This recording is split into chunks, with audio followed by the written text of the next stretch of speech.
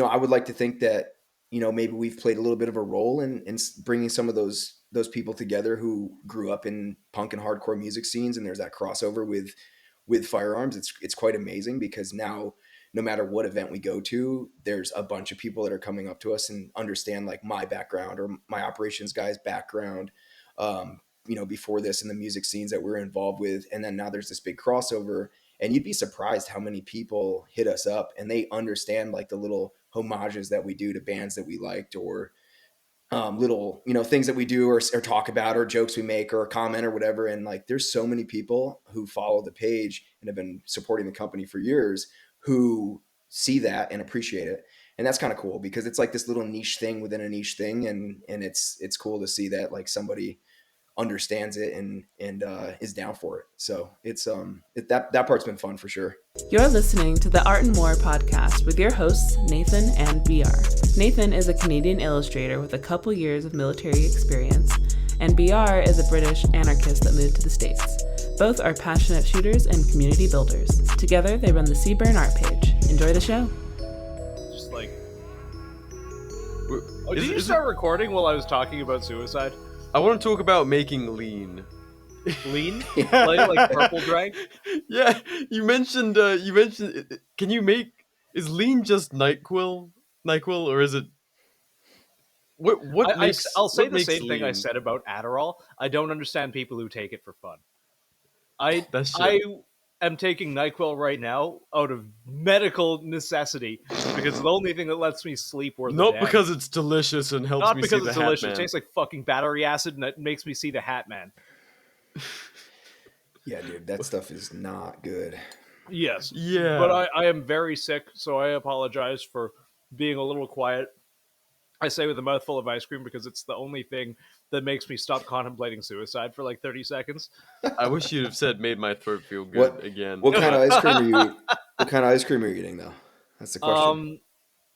Tillamook. That's the brand. Yeah, sure. But Chocolate what flavor? hazelnut, I think. Chocolate hazelnut. I know all it's right. absolute just zog slop, but So that chocolate hazelnut Dayquil milkshake should be pretty good then for you. If you say those words again, I will kill you and then myself. And then throw up. And post-mortem. First I'm going to throw up, and then I'm going to commit murder. My tummy hurts. I'm going to kill someone. Well, on with that very weird cold opening, we have Jack of Guerrilla Tactical back for part 3. It's actually been a long old time since we've had you on the show. I think it was like episode 84 for part 2. Crazy. It's been a minute. What are you guys up to now? This will be 185. Jeez, 185. I know, I thought basically you meant 100 what are we up episodes. to in general, and the answer is Dayquil. Yeah. What have you been up to, and also what number have you been up to on podcasts? Yes. Yeah, mainly, that's cool. Mainly Dayquil related activities, but yes, I have a dog now. I mean, I think the first episode I ever did was early on. I mean, I think Mitch it was in our 40s. Yeah, 42. It was a long time ago. Yeah, that was 2022, and our second one was 23. So it's weird because we've seen you like twice since the last episode in person, and like actually got to know you like a lot better than we had during those episodes. So kind of cool to be back. That's great that you invited me back on the podcast after getting to know me. So I guess well, it was a close call because last time we hung out, we were at a taco place in Vegas, and it took me about 5 bites to realize it was a vegan taco place. Yeah. At which point I was like, "Oh no, I'm enjoying this." Wait, what? And you continue to. Yeah, so Nathan, we divided and conquered in like last year at SHOT Show. Like we were both running around doing so much shit. You selfishly went off and did I don't know what with someone else, while me and Phil hung out with the Guerrilla Tactical crew. SHOT Show was still very exhausting, but I made a personal kind of promise to myself that you're young, you have energy. I am not young. I don't have energy. So a lot of the time at my SHOT Show was just like, let's go see my friends and not do anything. But also it was busy as shit. But like compared to last year was nightmarish. I think I slept for 2 or 3 days afterwards. I didn't get the shot show crud. I did this year, but And you didn't get gout. Your primary mission, which I'm in support of, is avoiding gout at every shot yes, show. I So fixed the gout. I'm still going to talk about having it because it's funny, but I can drink beer again. Not that I really like it very much. that's useful. Yeah, drink beer, eat ice cream, just do all of the unhealthy things goat was actually preventing me from doing. But thanks, American medical system, I got seen and treated for gout for like $50 and in 24 hours.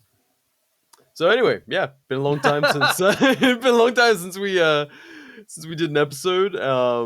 But yeah, Guerrilla Tactical in your 5th year now. So how are things? Yeah, I mean, I can't really complain. It's been ebbs and flows of business as things go, but this year has a lot of promise, and going into our 5th year, it's pretty exciting. We've picked up some new employees and new capabilities, and we have a remote engineer now who's working for us. And we're just trying to bring a lot of those, from the 3D scanning to mold design to all the production directly in house. So it's been quite the adventure going from year one, 2020, starting in a tiny little tool shed basically in one corner Yeah. of it, making a big mess, and not having very good tools to where we're at now in our new warehouse space and recording in the armory right now slash office area. And we have it's a lot of us happened in those 5 short years, so it's pretty crazy to look back and see where we've gotten to so far. And I feel like we're just getting started too, so a lot of cool stuff on the horizon, I think. It's been really cool to watch you guys grow, because I mean, just you guys emerging, and like the Kydex market, at least when you guys originated, it's like, oh, these guys make Kydex. Like, okay, a lot of Sure. guys make Kydex. And then, like, very quickly, you guys started to differentiate yourself with, like, the education, the, direct line to the community, talking to a lot of people that otherwise didn't really have, like, a home in the gun space. Like, a lot of the black sheep, kind of off, like, I guess I'll buy my stuff from this company because I have a need for a holster or for medical or whatever it is. And then you guys come on the scene and it's like, oh yeah, please take my money. Like, I need this stuff to be a prepared citizen, but I actually want to support you guys. And that was a really cool thing to see. And to see you guys push beyond just being like a distributor and like really pushing the limits of what you guys offer has been really cool to watch happen. So, and you guys are all super super nice guys, which is always a great thing too, because not a guarantee in this industry. Well, there's, off camera, before we started this, Nathan pointed out that I was one of two people with neck tattoos that he thought was okay in his eyes. So that's cool. And I'll have to point out too that I think you guys met him 2 years ago at SHOT Show. My operations manager Josh also has his throat tattooed, Didn't and make the so cut. maybe that He makes didn't. three. I'm sorry. I saw that guy taking a piss in the kiddie pool, and he didn't make it. Probably Yeah. a bad guy. Yeah. So I mean, it's cool. We're able to hire so many ex felons, and It's got an army of them at this point. dude, when I got married, I'm going on 6 years this year married. Hell yeah. My wife is from Spain. If anyone's heard episodes I've done before, they probably know that. But she's from Spain, so all of her family came over. Very family oriented over in Spain. It's pretty cool. So a bunch of people made the trip over. We had the wedding in upstate New York, and it's so funny because all of my friends growing up, everybody looks like a convict. You know what I mean? Everyone's got tattoos, face East tattoos. Coast hardcore. Yeah, exactly. And so like everybody on my side of the wedding party was like these tattooed, like scummy looking people, and then on her side of the wedding party was like these beautiful Spanish women, and and it just was the contrast. Like walking down the aisle was so funny, dude. Like the guy who was marrying us, he made a joke about how like there's all these beautiful women coming down the aisle, and then all of a sudden all these criminals. So it was memorable for sure. It was funny. But don't judge a book It's by its cover. That's what the lesson is. it is certainly a vibe. What one I love to see it at Short Show too, because like you can instantly tell more or less who our people are. It's like, oh yeah, that guy. I think we talked about it a little bit. I don't know if it was in person or on the show, but the crossover between hardcore. Oh no, I guess we talked about it with Ice Pick J, Yeah. and your name came up naturally. Like, Yep. the amount of people that are like either in the punk or hardcore scenes that are also in the industry, and it's like a lot of people, whether they're big like on the music side or on the gun side, they're then just like small fry in the other thing because they have like a either an Right. interest in music or an interest in guns, and it's weird walking around Shot Show. You're like, oh fuck, I feel like I'm at a festival. Like I see a lot of dudes that are from that world, just either running companies or they're just like small fry somewhere. But it's cool. I never thought when I was a super young shooter, especially in Europe, Sure. and whenever you go to do any kind of shooting, you're just surrounded by like sportsmen, like good old boys, and in the States, it's like just the sporting shooter, and now there's actually a lot of the culture is now firmly shifted to a point where like you can find your niche in your community in this space, like really no matter what you're into. I mean, God, I don't want to get into it, but there's furry shooters, there's like the anime gun nerds, like there's whatever the fuck you want. It's like Rule 34, but for shooters. Like they're all out there somewhere. Well, I think it's pretty cool to see, and that's one of the things. Like when we started the company, like we were pretty welcoming to whoever. Like we wanted to build um, that resiliency within people, and like you said before, like create more prepared citizens. And people come from all walks of life, and that's something that I learned growing up at an early age, working the family business, but also growing up in the hardcore scene is like there's people from all over the map who find self-defense and training and preparedness and that resiliency through that. And I respect that, even if I don't see eye to eye with everybody or agree with everybody on various points or whatnot. Like we wanted to be a resource for the people.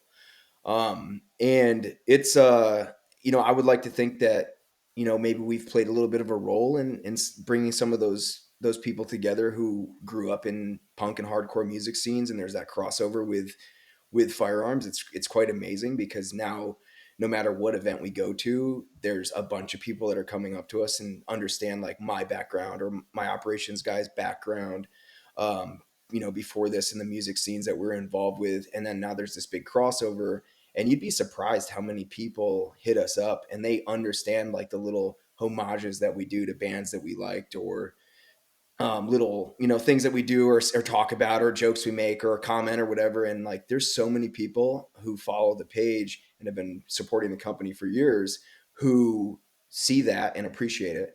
And that's kind of cool because it's like this little niche thing within a niche thing, and it's cool to see that like somebody understands it and is down for it. So it's that part's been fun for sure as Yeah. far as like growing the brand. What's up everyone, BR here with a quick message from our new sponsor, Cloud Defensive. We've been huge fans of Cloud Defensive lights for quite some time. If you've been with us from the start, you've probably heard us mention Chad Defensive a number of times. Personally, I own the full-size Rain models, 1.0, 2.0, and their all-new 3.0. Every rifle needs a sling, an optic, and a light, and Cloud Defensive is consistently my choice for rifle lights. Cloud Defensive lights' durability, brightness, and top-notch design features make them a no-brainer in my rifle setups every single time. Whether you need a rifle light like the Rain, an EDC option like the MCH or Chikro Admin, or are looking forward to the EPL for handguns coming this year in 2025, Cloud Defensive has you covered. We're excited to partner with them, and as a listener, you can get 10% off site-wide using the code ARTANDWAR10. That's ARTANDWAR10. Every purchase with our code directly supports the show. Check them out via the link in the show notes or through our Seaburn Art link tree in our bio. Thanks for listening, and now let's get back to the show. Yeah, you guys have always put out more like it's provocative. It shouldn't be provocative. It should just be funny. But whatever. That's the world we live in. Like things like your KKK targets and things like that. How's the comment section been and your DMs and all of that in the last couple of years? Because the culture has done a weird thing lately, where like we had so much. I feel like a lot of unity from like 2020, 2021, 2022, and now we've got this weird like schism where like I don't know, all the schizophrenics are really coming out of the woodworks. People like pro clan, pro like super uh just white supremacist bullshit kind of stuff coming out of the woodwork. Like, how's it been maintaining that identity as people get kind of weirder again? I mean, first and foremost, I couldn't care less about what anybody comes to the page and says. Like, we have run a very successful company. Yep. Um, we all eat from it, and we continue to grow every day. So I welcome that stuff, and I like to give someone a salute emoji and thank them for their service when they have engagement on our posts or that they may or may not agree with. Because at the end of the day, like, we're going to put out what we like and what we stand for, what we want to do. And if you don't like it, then go support one of 200 other holster companies out there. Yeah. And there's a lot of really good companies out there, and there's a lot of companies run by good people doing cool stuff. And that's one thing that's cool is you're able to have choices in this world, in this country, to where you want to shop and where you want, who you want to support with your dollar. And we welcome it. So as far as like the things that we've put out, like we've done a couple collaborations with Cleared Hot, and that guy loves to piss people off. So the funny thing though is it's 2025 and we're putting out something as simple as like a clan V2 target or whatever, and like with a little A zone on their groin, you know what I mean? Like, it's a Hey, joke. pelvic Like, girdle, you gotta take it out. like pelvic girdle is an important place to remember when you're self-defensive shooting your pistol. But it's so funny to get any negative feedback on that or people coming at you, because it's like, dude, you're completely showing your own ass as to where you're at. Because if you see that as an offensive symbolism, then like you should probably look in the mirror and ask yourself where you're at in your life and how you got there, because maybe you're hanging out with the wrong people. we had some guy hit us up, and he was very supportive of it, bought targets and everything. And he was like, hey man, I love your targets. I love this stuff. Bought some stickers. But he's like, I can't take this to my range because like they'll be upset with me. And not because he had a range that you couldn't have human depictions on, or depictions of humans on targets, but because they would be upset with what it was depicting. And I was like, man, you probably should get a different shooting range. Yeah. Because it's 2025, and if that's like a point of contention, then like probably that should be challenged. Yeah. Well, it's it's a testament to what you guys are doing that you're still going strong and growing in 2025, 5 years on. So it's like, okay, well, if this is really such a I don't know, such a strong force, like thankfully there's enough people to keep on coming back to you guys and being the opposition to whatever that weirdness is. Yeah, I mean, I truthfully don't get it. Unfortunately, I should say I'm fortunate to have a great community, both local and afar, including you guys in different states who aren't down for that bullshit. So it's like, there's plenty of people out there. Find your tribe, like people say. There's plenty of good people out there doing good things, wanting to train, wanting to better themselves, wanting to build community that's actually worth building. So if you find yourself at the range that doesn't want you having targets that depict a clan member, then maybe you should get a different range and meet new friends. So just that's my advice for this year. Yeah, if your range doesn't let you shoot clan targets, maybe move on. Yeah, maybe you got the wrong range. But I've got a but fucking cat yeah, on my lap it's right how's that ice cream, Nathan? It's pretty good, actually. Yeah, good. I hope your little throat feels better. I don't like that word. The word throat. It just evokes a very particular visceral thought. Perhaps I'm just. Hey man, that's just human anatomy. That sounds like a personal problem. Yeah, man. So, what else is new at Guerrilla Tactical? We've got the YouTube channel. Like, you guys have been expanding what you do for educational content and getting out there and showing people stuff. Yeah, I mean, so a few things have happened. Like, so YouTube has always been an outlet that I've wanted to do more with. But as the company was, rising through and growing and scaling, and we were, building a new building and all that stuff that we did a year and a half ago, I've continued to wear many hats in this company, as it often happens, Yep. especially as the founder of a business. And it's a small business, it's a growing business, but it's still a small, very small business, obviously. Um, so what I've been trying to do is I wanted to do YouTube content for a long time because I saw that it was a great place to spread, awareness, a good message, could build that online community, and we could actually showcase a lot of gear that we really liked, and or skill sets, in just sharing of knowledge is one of the things that we have always strived to do. And we do it, through the Instagram page and posting and different things that we come across, and we're able to kind of portray that. But YouTube was, obviously, I set my sights on YouTube a long time ago, and it didn't really work out. We wanted to do video content every week, and I just found myself being so busy with every other aspect of running the business that we never got to it. So we would very sporadically put out YouTube content.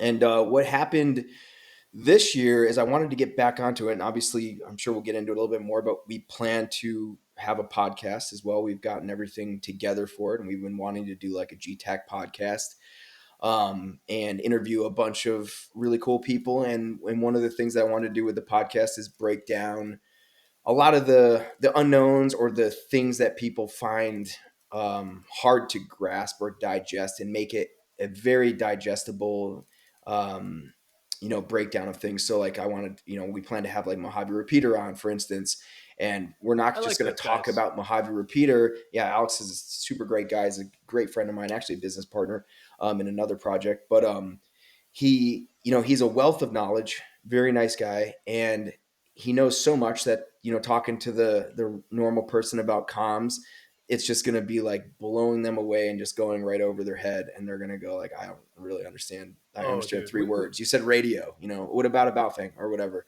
I um recorded with them for 2 hours, and I feel like I walked out dumber. This is yeah, and not you're on just them. This like, is on they're, me. him and Austin are like super smart people, and they do a great job at what they do. But one of the things that we want to do is really focus on specific areas, like XYZ things that everybody should know about comms. That's it. Like, you know what I mean? Just like the most basic of things. Um, Yeah. and we have a lot of plans with people like that, including medical and other training, and, some collaborative stuff in the works. And we're going to jump into that both on YouTube now and with the podcast. And so, long, roundabout way of getting back to what I was saying with the YouTube channel is I just was finding myself with no time to do it. And I kind of feel like YouTube has been, especially being so busy, is kind of been like when you go to the gym by yourself all the time, you have to push yourself to make sure you're going there every single day and getting your reps in, and, growing as a person, like, getting bigger muscles or whatever you want to do. You got to really push yourself to get there and hit the gym. If you're going with one or two other people every day, you help hold each other accountable. um, so a good friend of mine from the last couple of years, his name is Buddy. He's a fire medic. He was a Marine years ago. He has a wealth of knowledge. He's a great resource, and also just a really good person at his core. And he lives 10 minutes away from our shop.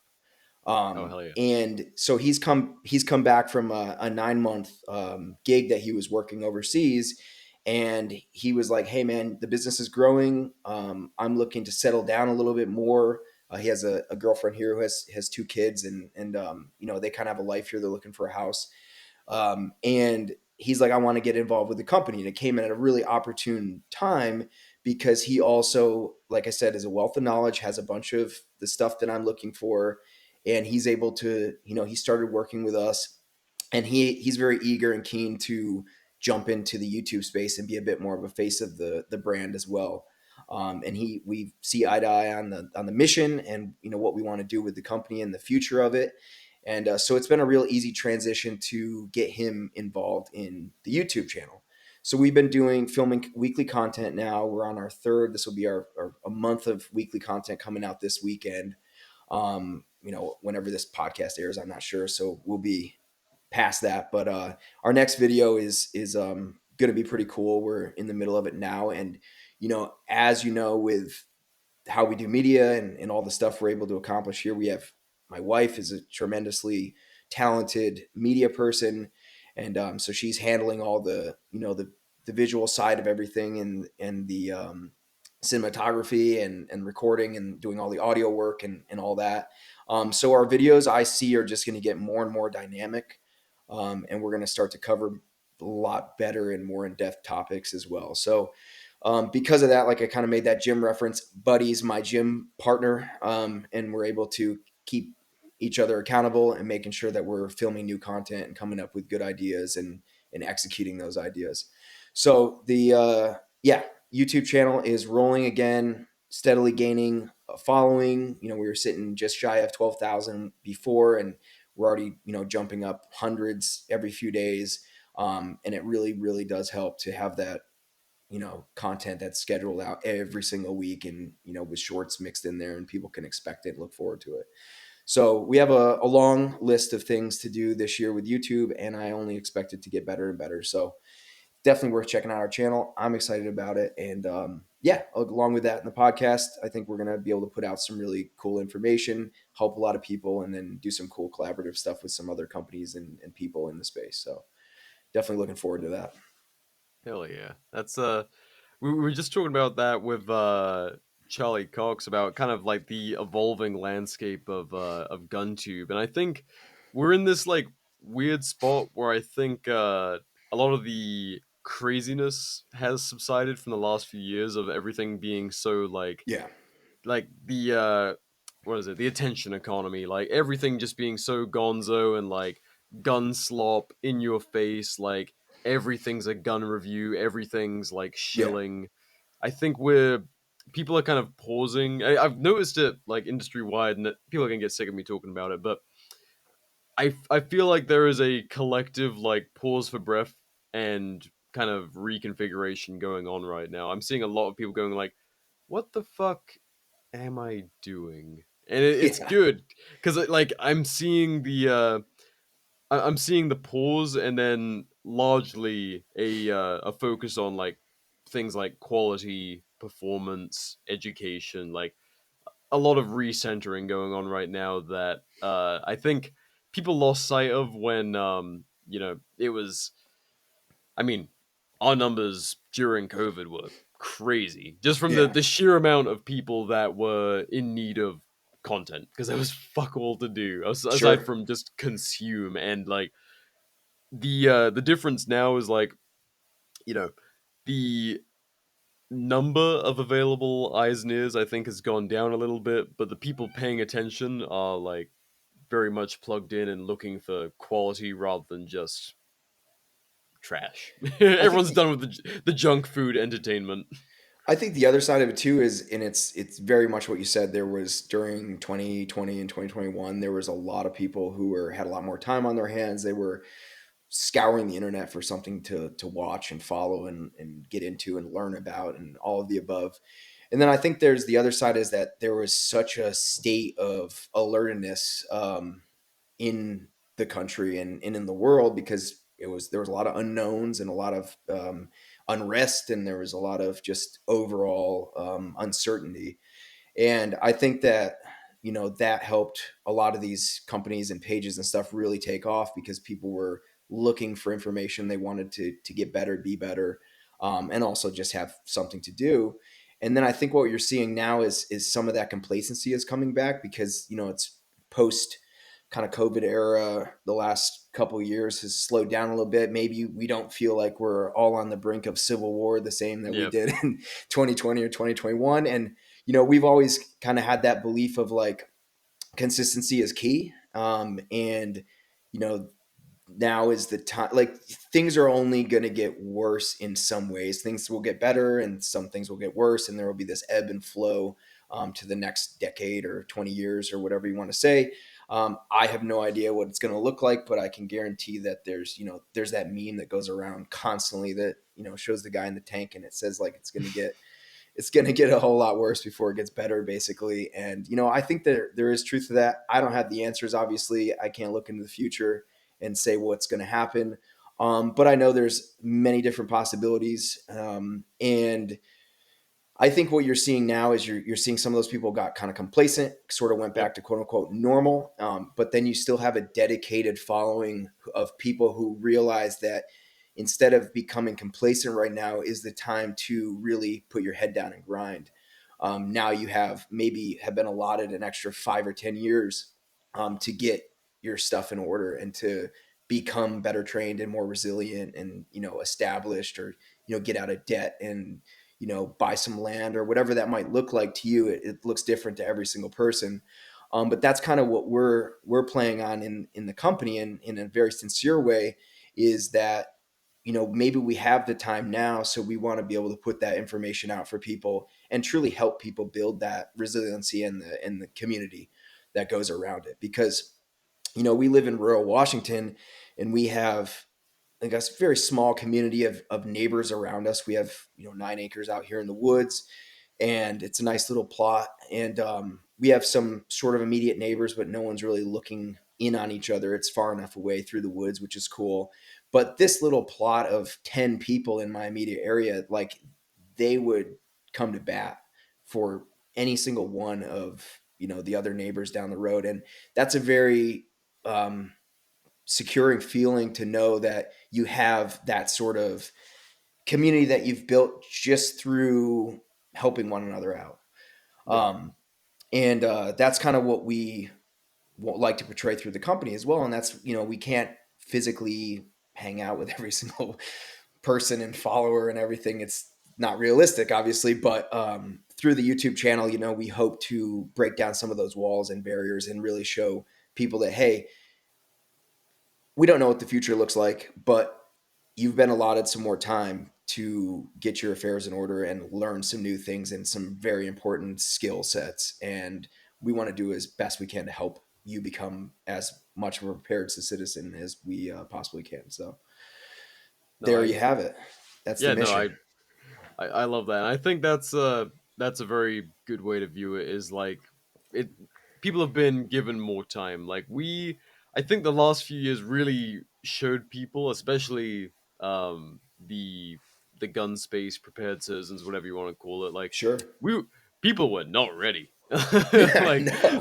so many people made like massive leaps in capability and preparedness in a very short amount of time, and there was a lot of imperfect stuff that came with that. Like, Absolutely. yeah, a whole lot of people getting in debt for the wrong reasons and like panic buying things, and every week it was like this, hey, maybe body armor will be banned, hey, maybe this will be banned, and oh, now ammo is gone for like prohibitively expensive or Yeah, sold for out sure. all the time for a year and a half. And like, people got blindsided left and right by oh shit, you didn't get you didn't stock up on toilet paper or canned goods, or Yeah.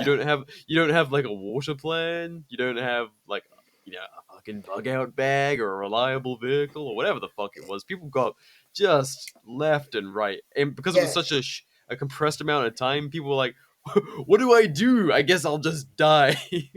I mean, I'm going to say something kind of contentious. I think, like, as weird and as unprecedented or whatever as all of that was, it led to some really good things. And since we no longer have like a mass panic or something for everyone to give a shit about, but like the sky is no longer falling, we're just kind of around. No one cares anymore, and everything's gone back to slop. Like, as I kind of wanted to throw this in when you were talking about, like, oh yeah, it's all gun reviews and stuff now. It's like, yes, everyone was worried before, and the community grew like in a magnitude of Right. 10 overnight.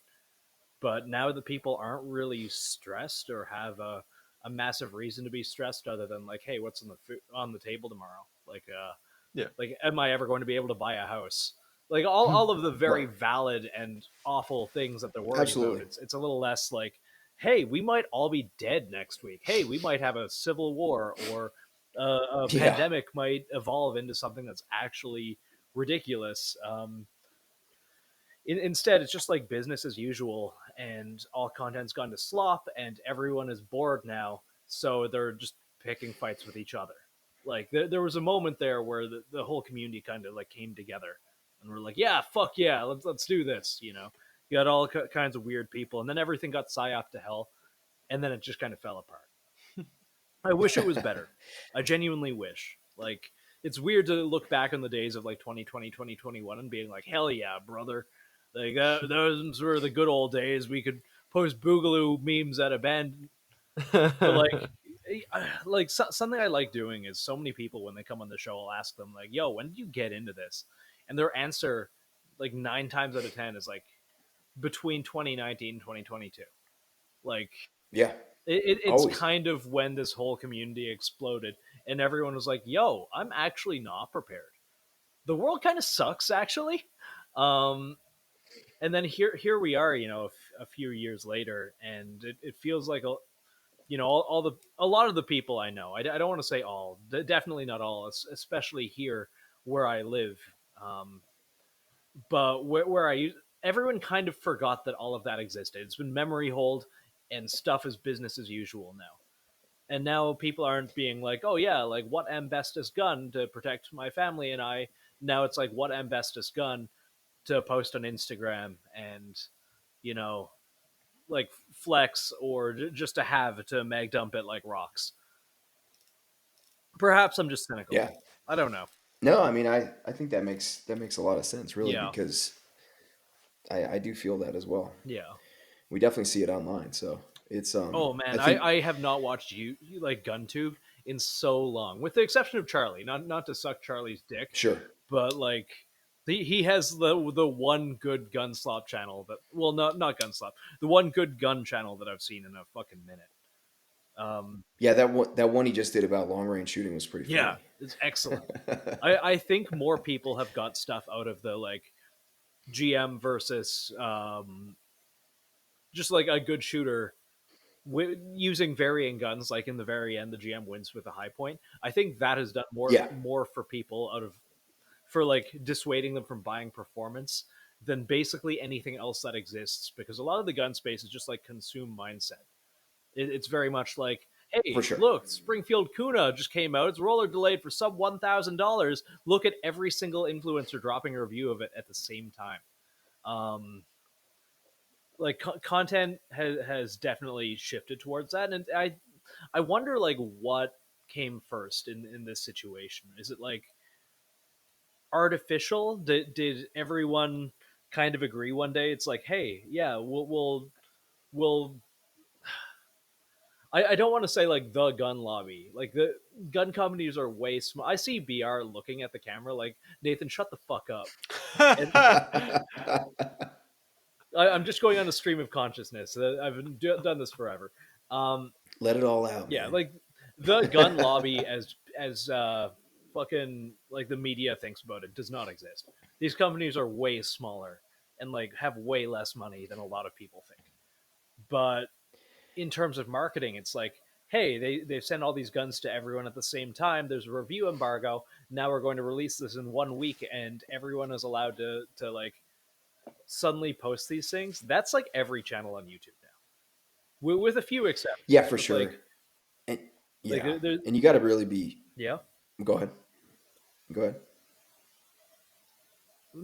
Sorry. No, go ahead. Stream of I just was consciousness going to done. say that. I just was going to say it is hard to navigate online of what's sincere and what is just a Yeah, sales pitch. because there's so Um, much like there is so much at stake for, you know, like, hey, I want to make a YouTube, I'm going to go shoot guns, I really like it. Oh, suddenly companies are sending me stuff. Like, I've got 1,000 subscribers, so like PSA just sent me a rifle, so and so. There's a lot of yeah, vested interest in making sure these reviews are good.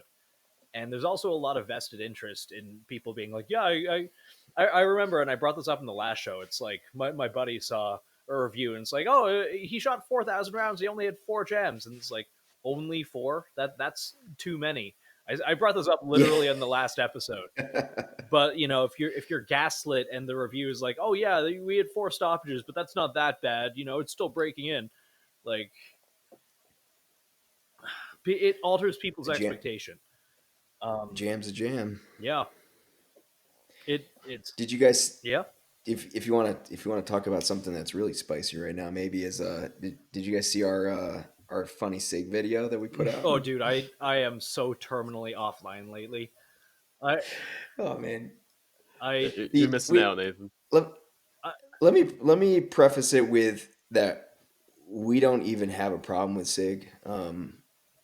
I think that they're fine. I just think that how some of this P320 controversy has been handled has been very poor from PR point of view, and then oh also yeah, also from a technical point of view. If there's an issue with your firearm, you should own it and you should take care of it, 100%. and then make that your findings public to your fan base and to your customer base, so that then you can be trusted again, not put Not try some and bury silly it like thing out that, it ends yeah, you today. try to bury it, or you put out, change the book about it and say, hey, you know what, you probably shouldn't carry with one in the chamber or some silly thing like that. Yeah. Bad look for sure. Have So you we seen the Hilton Hicks report? I can't say that I have. I'll have to check it out. It's we got it a little while ago, and perusing it is fun. I believe it's available for free online. If not, we can send it to you. It's Okay. basically a detailed analysis, including CCT scans and everything else, of a SIG that failed and why exactly it failed. Yeah. And it's done by Yeah. like a third party on a sworn affidavit with no conflict of interest and nothing, and it goes over Right. exactly what was wrong with the SIG to make it go off how it did. And the answer to that was really inconsistent manufacturing processes. Which makes sense. Yep, it makes a lot Like, of and you sense. know what? They're a very large company and they manufacture a lot of firearms. And if your tolerances aren't exactly dialed in the right way every single time, then you're gonna have some error. Yeah, And like obviously you're dealing with firearms and it's a very serious thing. So you need to correct that error as quickly as possible, then make it public that so everyone can trust you again, or work towards gaining people's trust yeah. back. Loads of I think companies have it's had problems like this, like loads.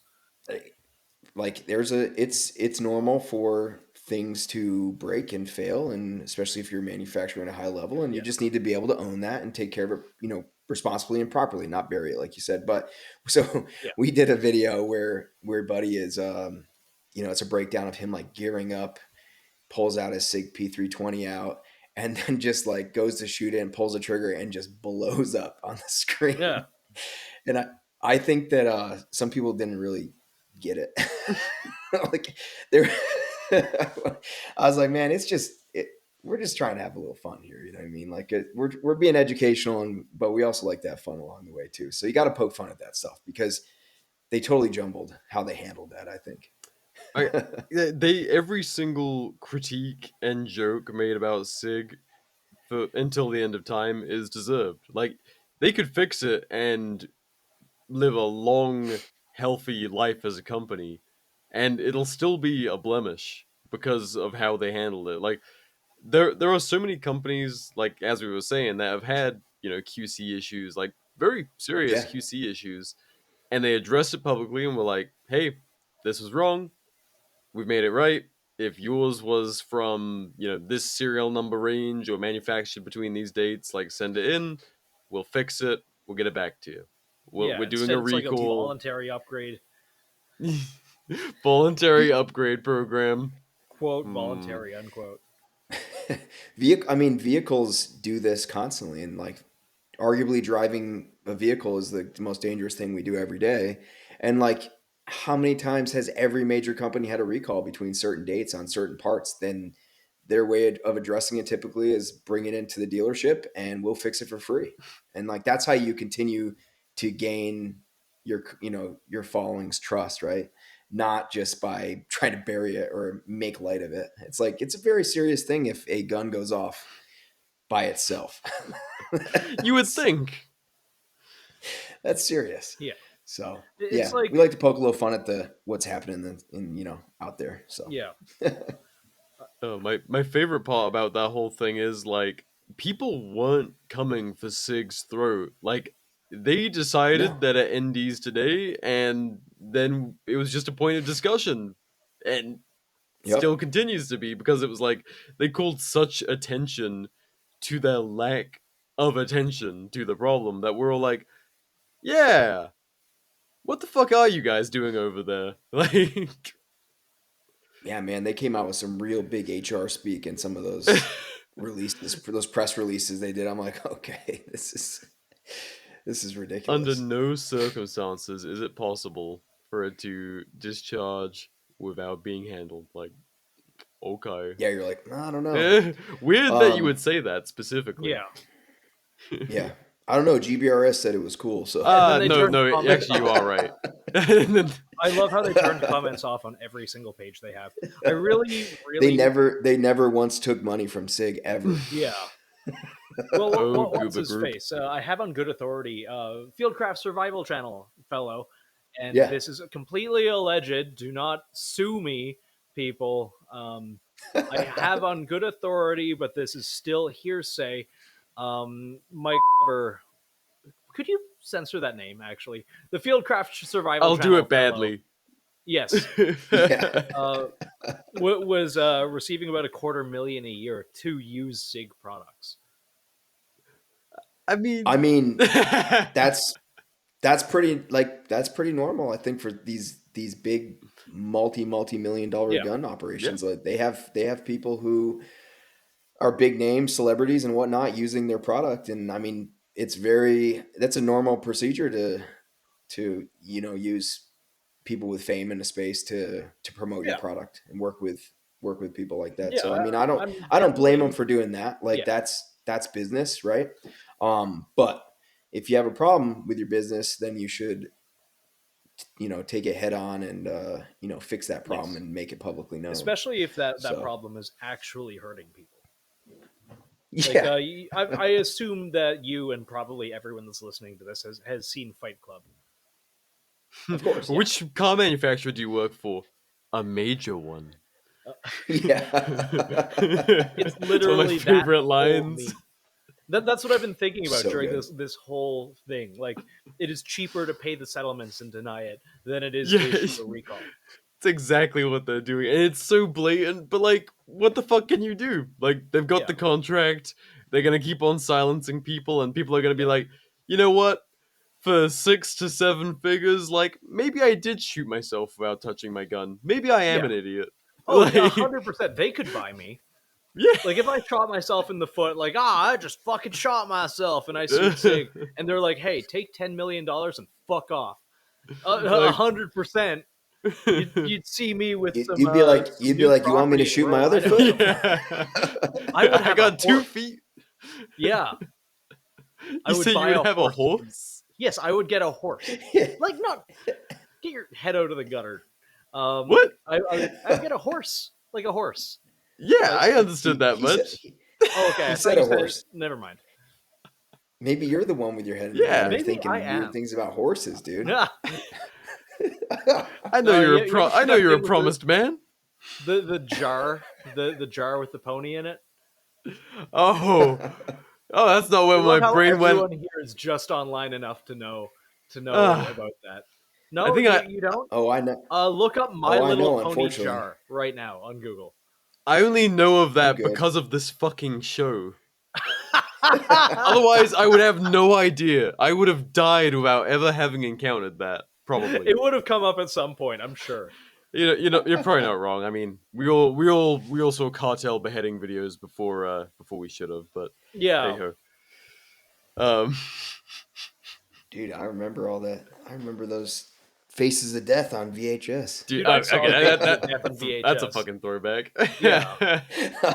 In the 90s, watching Yeah. Faces of Death. Dude, I had a weird friend back in the day, and this was Here we like go. late 2000s, I want to say, where we just go to his house, and his name was Ian. He just put on like fucked up movies, and I don't mean like, oh guys, we're a bunch of teenagers, let's watch The Ring. I mean like Anthropophagus and Faces of Blood and all of that kind of shit.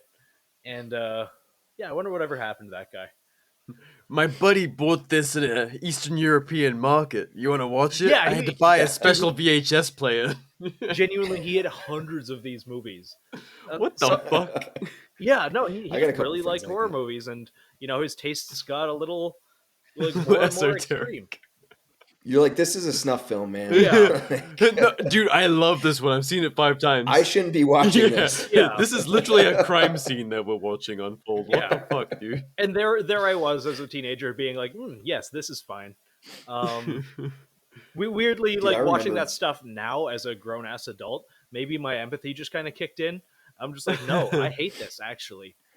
If it's a movie, whatever. I will watch like the most depraved stuff if I know it's real. If it's not Nathan, real. what's your favorite line that you say to us when you want to show us something fucked up? It's You want to like, watch a romantic comedy? yeah, that's it. Every fucking Yeah. like he uses it every time, and I've known Nathan long enough that I'm like, what? Why do you use the euphemism? I know what you're trying to show me. Because it works Yeah, sometimes. just show me. I did that. Oh my god! It was like a God. It was I think last New Year's or something. I'm like, hey guys, you want to watch a romantic comedy? And no one knew the euphemism. And I put on this Taiwanese extreme horror film called The Sadness. Like I thought it was The Notebook. Oh no! It was like full God. cannibalism. Oh god! I just started a series with kind of. Have you ever read the comic book Crossed? Nope. Okay, both you are. I feel like I'm outing myself a little bit for just being like a weird sick kid. A little bit, but Basically, and this is the premise of both the comic Crossed and the movie The Sadness, and the series that I'm currently listening to on audiobook called The Retreat, of a global pandemic that instead of turning people into like zombies, like 28 Days Later or whatever, Yep. it turns people into incredibly gleeful murdering psychopaths. So Sick. you like the you get sick through any blood contact, mucus contact, spit, saliva, feces, whatever, and like say it just suddenly kicks in, you start laughing and then like immediately drive your car into a bunch of children, oh or lord, just like pull your concealed carry out and start murdering the entire supermarket. It is that, but on a global pandemic scale. And yeah, I put that on for a bunch of like normal people at New Year's. Sounds pretty good. I'll have to check it Yeah, out. you could really tell like who was in like who was who in that crowd, for who left the room and who stayed in like enrapt attention to the screen. But yeah, no, excellent series. I highly recommend them if you like apocalyptic fiction and you're just a little bit fucked up. Yeah, why not? Yeah, I say that, and like watching speaking cartel of- beheading videos actually makes me kind of like sad. Dude, I remember when I was younger, I saw this thing online. It was like, click this link for, to watch this video. And I was like, okay. So I clicked it, and it was like the live stream of Saddam Hussein's hanging. Yeah, holy shit. And I remember watching it live. Yeah. I was like, what am I watching? It was like, I couldn't look away though. But yeah, I witnessed the live stream of his hanging as a teenager. Yeah. just watching history unfold through a webcam. Yeah, just normal things, Yeah, you know. yeah. And nowadays though, it's crazy with TikTok, and everyone has a GoPro on their kit and everything. Like, I mean, when the invasion in Ukraine kicked off, people watched it unfold for the first 48 hours on TikTok. Yeah. Oh, and It's just- and then you it's see crazy. like sick edits of it to music. Yeah, with some like Russian dubstep. Yeah. Man, I genuinely think that is going to damage the next generation so fucking much. Oh, I mean, we're only just figuring out like really the extent of the damage done to millennials and Gen Z with like Yeah. the act. It's they- I grew up in the live leak generation, but just before. Like, I feel like if I was like 2 or 3 years younger than I am, it would have happened during a formative enough year that it would have fucked me up for life. Like, my empathy centers would have been fucking fried. I feel that. I feel like Yeah. I just made it out like Yeah, last enough to the chopper out of point. Vietnam kind of thing. Yeah. I feel like I I feel bad for my fellow man enough that I most things like my friends a couple of years younger than me laugh at and like send to me. I'm like, the fuck, dude? Like Yeah. you were clearly like a an iPad baby. Like your brain was Oh fried. yeah. Yeah, no, straight up. It's like I don't I feel so fucking old saying this. Have you ever read the book On Killing by Lieutenant Colonel Dave Grossman? I've heard of it, but I've not Yeah. read it. Likewise. There's a lot of science in that has like it's very contentious. A lot of it's been debunked, some of it isn't, but I do think that there's like a basis of truth in a lot of it. His argument is like human beings in general are actually kind of programmed to feel a absolute abhorrence, like a revulsion towards violence to our fellow men. Mm. And while there is a not insignificant amount of the population that can like can do violence, like 1 in 10 people, has Sure. symptoms of antisocial personality disorder or whatever. Um, Most people feel revulsion, like on a base level. Like you have to do violence, especially violence up close. Like you shoot someone with a handgun or you stab them, or in one experiment that's directly talked about in the book, you gouge out their eyes. You have an actor, like this was like in an MMA gym, and they had a bunch of like martial arts people gouge out the actor's eyes, and this was not like realistic. They taped oranges over the person's actual eye, but the actor was supposed to like scream and writhe around in a way that was realistic to someone having their eyes Yeah, gouged they out. got citrus juice in their fucking eyes. I'd be Yeah, screaming. probably not. Didn't help very much. Like, what the fuck? This is the Yeah, sixth dude. it made it more realistic. But like a lot of Sure. those people afterwards, they vomited, they had panic attacks, they were shaking uncontrollably, even though the situation was already so many levels of removed from reality. And it goes through, World War I, World War II, Vietnam, all of that, and the conditioning used to actually prep people to be able to take another human life. And a lot of that was the transition from a bullseye to, like, again, supposedly. This is one guy's studies. I'm not going to be like, yeah, he was right or he was wrong. A lot of Right. that was the transition from bullseye to human shaped targets. Yeah, Like, gamifying it.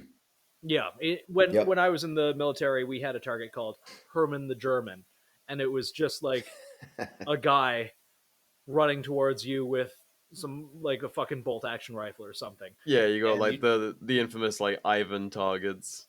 yeah, and again, I this is not being like, oh yeah, like we need to ban violent video games, or like we need to do this, or like no, this is here to stay. I'm just curious. Like I just fucking beat Doom the Dark Ages yesterday. I fucking love violent video games. I've been playing Doom since I was 6. Um, um, but I genuinely wonder, and like his posits are like you can really easily reprogram even an adult human brain to be ready to kill, and it went from like a 1 out of 10 to 9 point something out of 10 compliance rate for shooting your fellow Sure. human being after a certain amount of like basically prepping the human mind to be ready to pull the trigger on another human being. Hmm. I wonder if one day we're going to read stories, and again, this is not me saying let's ban violent video games. No, I want video games to be more violent because I love them. I wonder if like that and live leak and all of these things that we kind of take for granted actually are having a really negative effect on like young people brains. I mean, it's Time will tell. Yeah, it's gotta be I think right. I yes. Like mean, it's already happened. like you see people in like it's like a poor example, but we see them every day. Like all of these so-called public freak out videos or whatever, like with people doing shit in person, and like violence will break out, whether it's a street fight or like someone breaks out a knife or a gun or rams someone with a vehicle, and the way people react, like a lot of the time, is to whip out their phone and film it and make sure that they already see other people whipping out their phone, but they also feel the need to get their own footage of the incident and Are you be familiar with the psychological phenomenon of the bystander effect? yeah. Yeah. Hmm. Have you seen the study of that kind of like sort of not revolutionized, but it's the main study that people cite when talking about it. Not entirely familiar. Is it I'm something? not sure if I've seen that Yeah, one. something like very few people will actually respond instead of just like being a bystander. I don't know. What's the thing? Why So, am I so this guessing? is really interesting, and like this is a particular tism of mine. I've not really gotten into a lot on the show, or I don't really get a lot of chances. Um, so one of the things I did when I was a good little citizen was I went to school for clinical psychology for a Mm. couple years there, and one of the studies that I did God, I wrote like many essays on this and tried to recreate it a little bit, but got hamstrung by ethics boards. You really couldn't really do this these days. Um, so the general premise is, and there's a couple. There's a couple, but I'm going to talk about the big one. They had a student, and the student didn't knew that they were a test subject, but they didn't know what for. You really couldn't get away with this shit these days. They had a student go into an auditorium and write a test, and the test doesn't matter. They just like walked in thinking that the experiment was just whatever they were going to score on this test. What the actual experiment was there was the examiner who was in another room, like behind a glass window or something like that, like behind some curtains, who at a certain point during the test, the examiner is an actor, they're being paid to be there, they will pretend to have a heart attack, and they will like quite loudly and visibly fall over and just like convulse or something. So when it was, and there's probably going to be people who are more familiar with this case study than I. When it was like one person in the room, there was an over 80% chance that that person would get up and go and help the other person. They would go into the other room and help the examiner and like make sure that they were okay. However, they ran the experiment again with a bunch of actors. So there's a like the subject, the test subject comes into the room, and there's like 10 people, and they're all taking the test. All 10 of those other people are actors.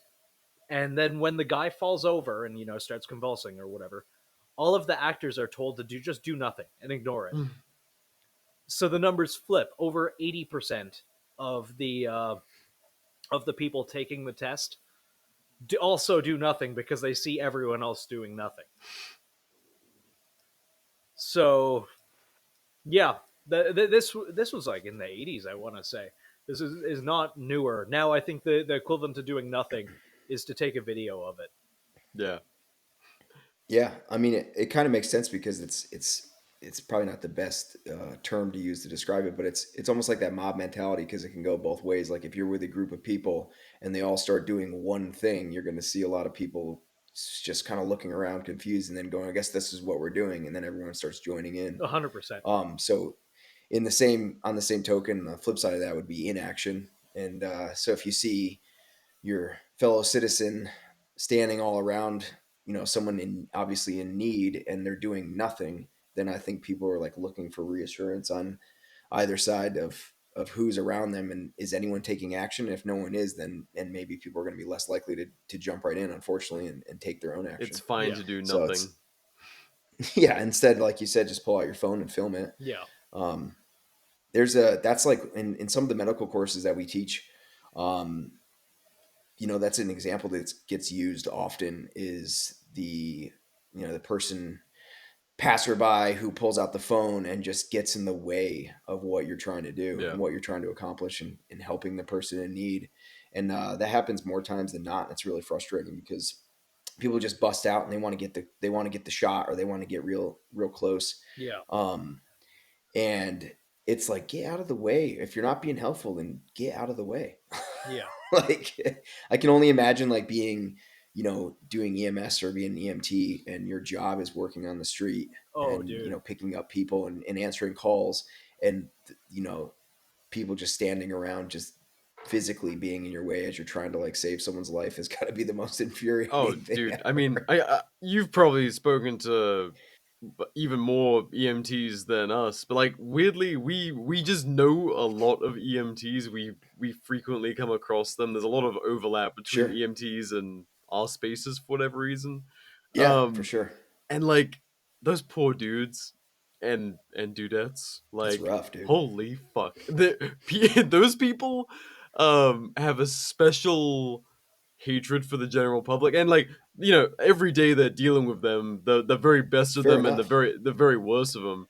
But like Yeah. you I completely empathize with where a lot of them end up sitting on the general public, which is just like, dude, people fucking suck, and Yeah. understandable. I mean, you're constantly seeing the worst of the worst, and you're answering these calls for sometimes very tragic or sometimes very idiotic events, and then you get to deal with all the people standing Yeah. around and getting in your way as well. And it's just like, man, that would be such a rough job. Oh I my god. can only imagine. Yeah, yeah. That's like we also have like a lot of EMT followers, and whenever we mention them, then I get like a flood of fucking like messages from guys going like, "Oh, dude, you wouldn't believe," and then they tell me Oh something yeah, super fucked up about something they've dealt with on the job, and it's like, well, unfortunately nowadays I would believe it. I've heard it so many yeah. times, like. I've heard. I believe almost anything you say now because I've heard it Yeah, all. yeah, seriously. Like, no wonder you guys like probably the most jaded profession. I would be surprised if there was someone who could possibly be more jaded than an EMT. Like, you are dealing with just I mean, fuck.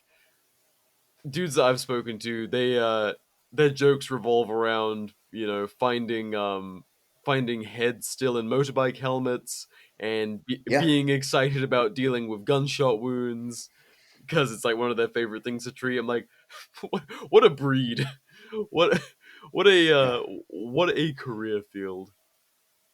Yeah, it's crazy, dude. Like, good on you for getting involved and dealing with all that stuff because it's definitely something that's needed. So, it was like briefly when I was younger, I considered kind of going down that path, and I obviously didn't, and I'm fine that I didn't at this point. But Decided to fight um, pirates instead. yeah, I decided to live a life on the sea for a while, at least for almost a decade, and Yeah.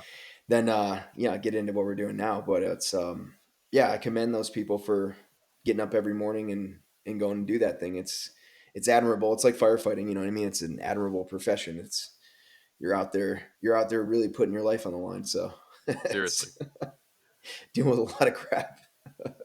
Um, Kind of a weird pivot, but something I wanted to Yeah. ask you now that you're 5 years deep into the company. Like when you guys first started out, especially being like primarily known for Kydex at the time, like what was well, I guess a better way to phrase it, like how has your customer, like your core customer, either like changed or stayed the same? Like is it a lot of new shooters that come to you guys? Is it guys that are like well established? Like, what do you guys see? And has there been a change from like 2020 to now? I think it's still a big mix of both. Like we definitely have customers who were brave enough to try us out in the early years and have stuck with us through the generations and of us getting better and better at our craft and making a better and better product. So, again, we really do appreciate those who were there in the very beginning because to be completely honest with you, I myself, I started doing it myself, was not making a very good holster. And a lot of that comes down to not that it didn't function and it wasn't unsafe. It just the finish and fitment and all that stuff has just gotten better and better and better with time and perfecting the craft. And obviously processes and tooling and all that too play a big role. But I mean, there isn't really a book um, that's been written about here's how you make a holster and follow this step by step guide. So there's a lot of trial and error, and there's some good YouTube content when I first started that kind of pointed me in the right direction. But even in the time we've been in business, processes have changed so much. One of the biggest things that we're utilizing now is we have a slew of 3D printers now in the new shop that just crank out mold prototypes and different prototyping all day long, and that's allowed us to really work on that and 3D scanning has really allowed us to work on tightening up our tolerances to the point where we're cranking out the best possible fitment, and able to have full range of design on what we want to do and how we want to do it. And so, I mean, I think, I kind of got off on a little tangent about of the manufacturing side of things with it, but to answer your question better, I think that we have a mix of, like I said, the people in the beginning who have stuck with it and watched us grow. And it's really satisfying to see some of those people have stayed with us. And when I say some of those people, I mean like hundreds or thousands of people, which is pretty awesome, because we still interact. Sometimes, we'll get orders and, you can leave a comment in the order, and, sometimes people ask us to write funny things on the package or draw funny pictures, or just, a little thing about what they ordered, or just a nice note or whatever. And it's cool to see that encouragement. But sometimes we'll get things from people that are like, hey, this is my 11th holster from you guys. I've been, my first holster was purchased in October of 2020 before you even had a website. It was through Instagram Hell DMs or yeah. whatever. And that's super cool to see. And then obviously, like, I've never owned, or grown or scaled, or whatever you want to call it, a company of this magnitude. So a lot of it was touch and go and learning on the job and on the fly. And one of the things that I avoided for quite a few years, probably 2.5 to 3 years of the company, was any sort of really marketing or advertising. And I think that nowadays, if I could go back and change one of the things, it would have been starting to market ourselves, to a greater audience earlier on. Because I think that we have a lot of value, not only in the product, but what we can offer to the individual, and the support that comes along with it. And it is true what they say, that marketing in this space is so vastly important. And so we've been working a lot more on that. We're building up a really good email, marketing list. We have a regular routine. We have a guy who does all of our marketing for us. Obviously, the social media angle, with how meta is now, and shadow ban or whatever you want to call it. Even though Zuck came out earlier this year and posted that video, everyone was excited about that. Oh, we're rolling back certain procedures on the company, and we're gonna open it back up to be more supportive of things that were AI was dinging before, yada yada yada, whatever you want to say. I haven't seen a really noticeable change, to better affect how it used to be, like the quote unquote old days of Instagram. And we sort of missed that boat just by a few years. Starting in 2020, it was already starting to be pretty restrictive. Yeah. But we were able to grow pretty quickly. But there's some accounts, that predated us by 3 or 4 years, that blew up because of social media. So I guess what I'm trying to say with the marketing, and the importance of not only putting out a good, solid, consistent message, and the content needs to be good, and your page needs to look professional and clean, but we are paying for advertising and marketing for the first, the last year and a half, 2 years. And it's made a world of difference. And by doing that, we're able to reach so many more people who then become the new customer. And it's obviously very basic stuff, but the roundabout way of answering your question to me was that, yes, we have a really core following, a good core following of, like, the older generation customers who started supporting us within the first couple of years. And then through all the outreach, and then of course some advertising and marketing that we do, we're able to every single day reach a bunch of new people. And those people are quickly giving us very positive feedback and liking what we're talking about, liking what we're putting out, both content and products. And then those people we're seeing continuously becoming repeat customers. And that's what we want to do. Is I've been a consumer for years, not only in the gun space and everything else that I do. I really hate going to the store and shopping and buying stuff. I've been buying stuff online for a long time. And if the customer experience with a company that I'm dealing with is superb, then I'm very likely to continue to support that company and go back time and time again. Yeah. So as a consumer, as we scale this business, we have the customer in mind from start to finish. That's why we're very fast on not only our shipping speeds, 1 to 3 days on our quick ship holsters. We offer a wide variety of stuff, like that. So obviously we can't be Amazon, and that's fine. We're not trying to be Amazon, but we can guarantee that you're going to get your holster very quickly from us. Probably the fastest company, at least on the West. Um, little, tap on our own shoulder for that one. But you know, we want to get good gear in people's hands as quickly as possible. We understand that the longer that you're going without having your holster means that you can't safely carry your gun. And we want people to be able to safely carry their weapons of choice. So, speed is definitely a big one. Customer support, aftermarket support as well. Like after you've made the purchase, after purchase support, I should say, you can come back to us with any questions you might have, and we're going to be happy to answer you in a very timely fashion. We're quick to respond on emails. We don't do phone numbers, or you know, you're not able to call in or anything at this time. I think inevitably this kind of, you know, support ends up with an email or exchange of photos anyways. But we have a great track record of being on top of our customer service. We want that customer experience to be as great as possible, because I want to be treated a certain way when I go to someone in shop, and so I want every customer that comes, you know, to us to know that we actually care about them, because there's more than just the bottom line to companies. Surprise. So No, absolutely. That's kind of one thing I wanted to pick your brain on was now that we're like getting into more, you know, running a little side gig with PP.TF and stuff like that. Like, I wanted to pick Consume. your brain. Consume, indeed. No, I wanted to pick your brain on running not just Guerrilla Tactical, but you know the other little ventures. You have a hand in. Like, you seem like a very calm and put together guy, and I've not seen any deviation from that anytime I've ever spoken to you, or like in what you get up to. Like, you obviously, like, you've got like the hardcore straight edge background that seems to be a consistent thing. We see it in Phil. Like, he's never, and same with you, like never like all over the place, scatterbrained. You give like a very united front, and I do not fucking feel that in how I run my stuff. I'm like running around with like the things in each hand. They're different things, both on fire. I'm like a chicken with its head cut off, just trying to keep like the day to day of a much smaller operation going. So like, I don't know. Am I? Does it feel manic to you, or like what is that? it has it has its moments. So first and foremost, I would say that what you see and what most people see is not always 100% accurate to what's happening behind the Yeah, scenes.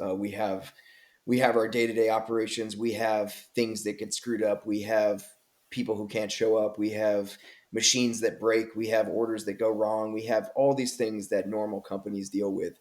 I think in my case, I have an upper hand because I worked 10 years in a pretty high octane environment that's where there was a lot of life and death situations at sea where, you know, you just had to stay calm and collective, whether it was, you know, fighting extremely bad weather, driving ribs, boarding vessels, doing inspections. All of that stuff really helped play a role in staying calm and collective through intense situations. So for me, a lot of the day-to-day stuff here that comes up is just another problem to solve. And it's not, I look at it as, you know, have always been able to take a step back, kind of look at everything as a whole and say, hey, this is really not a big deal. yeah. I've always had I've always kind of had the approach to things that I do of that there's a solution to every problem. And that's what we're doing here in business is we're just solving small problems every single day, to make XYZ happen in a timely fashion and get, you know, product A to the person who ordered it as quickly as possible. So that being said, if you ask my wife the same question, she'd probably laugh because she gets to be my sounding board, Yeah, and I am just my brain never shuts off, and that's one of the things that I'm trying to work on oh, more I feel is that. having, as we get busier, is having a good solid work life balance. And I think people say they're for entrepreneurs and for business owners and scaling a company.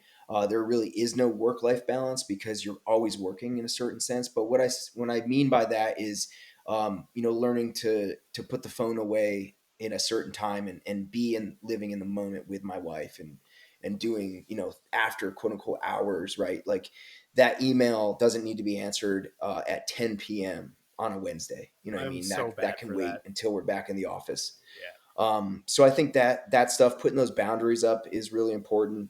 I've been working better at that. One of the things I like to utilize is I write everything down. So I have multiple notebooks, but I'll have a running list of things that have to be done and prioritize what I'll Cool. do, and then I'll just work right through that list. And I've been always pretty Oh, good at sitting bye. But down and saying, okay, yeah, all these we things might need have to be lost. tackled today. Oh, Oh, Oh, there he you is. dipped for a second. I think there was something I between you dip. and your satellites there. Oh, freaking Elon Musk, man. You Um, notebooks, prioritizing.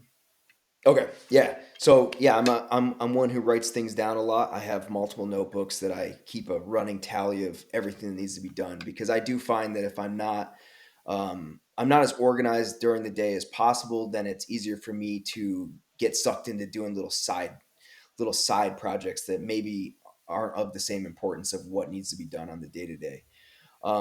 The other thing that we've been able to do, and again, we're a very small company still, but as we do continue to grow and we bring in more outside help, I'm able to remove some of the hats that I was wearing to begin with. So that frees me up a little bit more time to, less time having my hands on working on every single holster that leaves this facility, and more time to, be the face of the company and do content and stuff like this, like this podcast. So it's an interesting one, because I'm a bit of a perfectionist when it comes to the way that I want my business to be run, and that's one reason why our operations guy Josh, who was actually our first full time employee, other than my wife and I, in 2020, he came on about 5 or 6 months into the company's growth. He's a tremendous asset to the company. And he is somebody who's also very organized, and he gets to do all the things that I don't want to do. I don't want to do the books. I don't want to do the money side of things. I don't want to do, all the receipts and all the bookkeeping and all that stuff. He loves it. He's great at that stuff. So he's able to run all the operations and keep things going day to day super smoothly. And then I don't even have to worry about it. It's something that I am able to turn the other way completely and focus on the stuff that I'm good at and that I enjoy.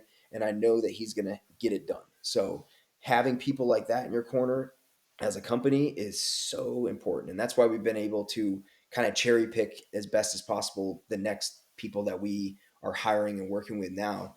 And everyone is on the same page and very much on that same mission that we all are here as the company. There's a lot of unity within the walls of this brand, and everybody has a hand in making it a success, is again like all very much on that same page, which is extremely helpful. And I can't say that that's how it'll always be as we grow and continue to get more and more employees, but for now it's awesome, and I'm going to try to build that culture throughout everything that we do, because I want people to enjoy what they're doing, believe in it, and have a fun time at work. I don't want work to be work for people. I want us to get stuff done, but also people realize that we're all here to do something a little bit larger than ourselves. So Yeah, that's that's really cool to hear. I mean, was it like running? Was it manic when you first started, or was it gradual? Like where? Because starting out wearing all the hats, that's where I'm at right now. It's like yeah, Nathan, myself, Phil, like we all have to do so much just to make anything happen, and it's like I don't know. I would love. I don't think. I don't know. Who knows? But I can't see a future where there's like a 16-person art and war team. I think that would be crazy. Jesus, But no. like, I don't see a like we're kind of perfectly where it has to be. I think. perfectly, perhaps not. Okay, perhaps Having we get a monkey to help you. a Perhaps we go to our local high school and be like, "Hey, we'll pay you $4 an hour. We'll come here, shop monkey. You don't need to know what these are for. You just put these in envelopes." dude, yeah, a Dude, I reservist have like editor 8 and fucking packer. Malaysian kids chained up in my basement that do all of my art for me. You can have one of them. Damn, The question is, how can I fit him into a shipping container? we'll figure it out. This box is I big mean, he enough. came here on a shipping container, so I was thinking more like a box that I could mail you USPS. Just punch some holes in it because the last one you sent me, very bad worker after the condition he arrived in. Really piss poor. Honestly, more of an impediment than a help with packing the PP.TF orders. So It's fine. They don't really cost very much. You can just staple them back together. It'll be fine. no, it's like I guess what I'm asking is like in those initial days, like I think for myself and for all of the other like early entrepreneurs out there, like were the early days crazy, or was there like did you still have like a certain calm of purpose? Well, I'd like to preface it with saying that we're very early on in our infancy as a company still. I mean, we're going into our 5th year, which is nothing, that's a great goal of it that we've achieved of itself, as a lot of companies or a lot of businesses don't make it to their 5th year. Um, but that being said, there's the sky's the limit, and we're very small still, and very much growing. So I still do wear a lot of hats here, obviously, and it can still be chaotic. And I guess in the very beginning stages of it, it wasn't that chaotic because it was not busy. It was, I was in the very beginning stages. I was doing a couple, 10 holsters a week, 15 holsters a week kind of thing, almost word of mouth. And I didn't really take it seriously until some sort of thing happened in 2020, as it did. There's many events I can think of. I don't know the exact one, but something happened and someone got shot, and it sparked a bunch of people to be worried and realize that they could be out at a protest or whatever, or be out just on a city block and something could erupt, and there could be some sort of shooting or whatever. And I think there was a big push that people said, oh man, I should have an IFAC. Yeah. That was like its big thing. So very early on, I was very heavily involved in medical training and being prepared with medical supplies and stuff. So I knew that obviously the holsters were the bread and butter, and they still are to this day. And obviously we sell a lot of other things, and we're always adding to our catalog. But medical supplies is one of the things that I found to be most important for people to have access to. So I knew early on that I wanted to also offer IFACs. So I was building custom IFACs for people on a very small level. I was maybe selling 5 a week. It was very, not a big deal. But I remember that some incident happened, and I went to bed on a Friday. I woke up Saturday morning, and granted, remember, I was doing everything over Instagram messages and physical paper lists of things. That part was chaotic and a nightmare. So I'm glad when Josh joined up 6 months in, the first thing he said as operations, he was like, we need to do away with this. We need a real website. So I went to bed on a Friday. I woke up on a Saturday, and there was, I kid you not, 500 messages of people that wanted iFix. Oh my God. And I just said, okay, I guess I'm working all weekend. And I just started going through and physically answering questions, answering people's messages on Instagram. And 90%, if not 95% of every single one of those messages wanted at least one IFAC from us. So the business entrepreneurial, side of me was like, yep, we can make this happen. This is great. All these people want medical supplies. Let's do it. Started writing it all down, details, taking payment. And then Sunday night rolled around, and I thought to myself, I have no way to get 500 IFACs together. So then again, I said, nope, I made a promise to these people, and they need this stuff. World's crazy right now. Let's make it happen. And I spent the next 3, 4, 5 days scouring the internet for every single place that had every single bit of material that I needed to build these IFACs. So that was right around the time when Josh, I just was beside myself. My wife and I were like starting to pack medical supplies, and I was like, this is going to take us like 3 weeks to put this stuff together at this rate.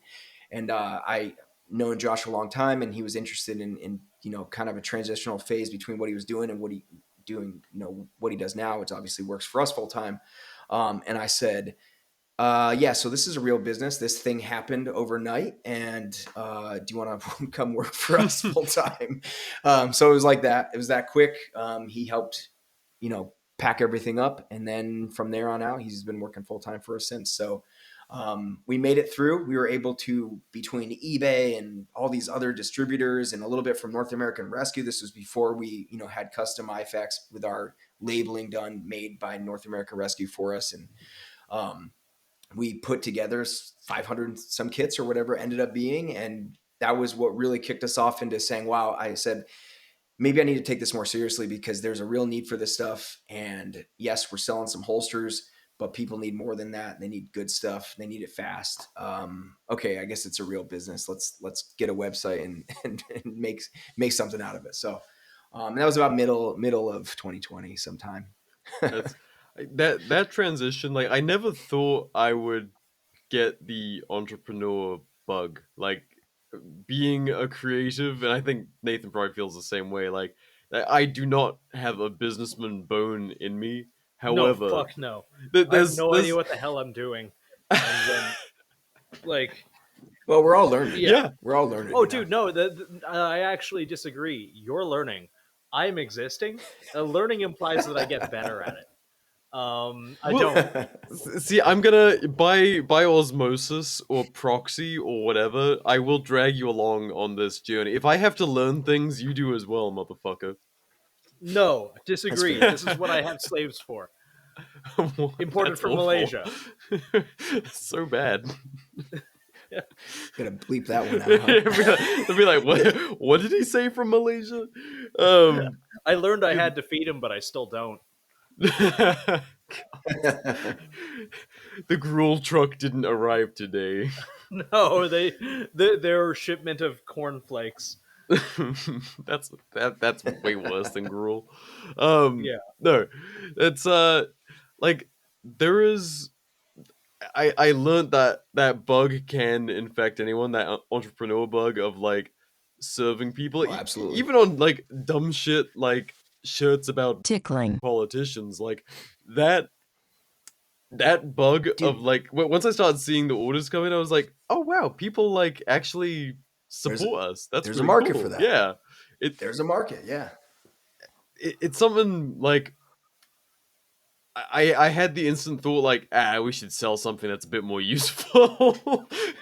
It's like we'll get there at some point. We'll figure out like something beyond slaps and shirts that like maybe adds a bit more value to people's lives. But you know, if it makes someone chuckle to themselves while they're standing in line and they see the grimace of a RSO or something, like, I don't know, maybe we've done our job. But no, that beautiful moment of like, this is a real business. God. Is it's something we've heard so many people talk about on this show, and I'd never experienced it until just this first little bit. I was like, huh, I understand the bug, and I hate it because now I'm like, oh god, I'm gonna be sharing like grind set memes on my fucking story at this point. No, never. The listeners have full permission to fucking whack me if I ever post even one and it's not ironic.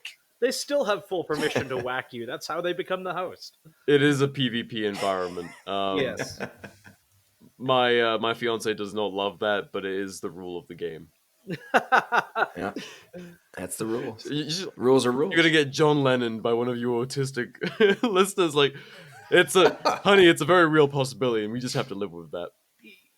Live every day like it's zero. It keeps you. So they have to train. It's a win-win. They have to train because they're constantly getting better. They need to know that they can outdraw and outperform you, and it's a win for you because you always have to be alert.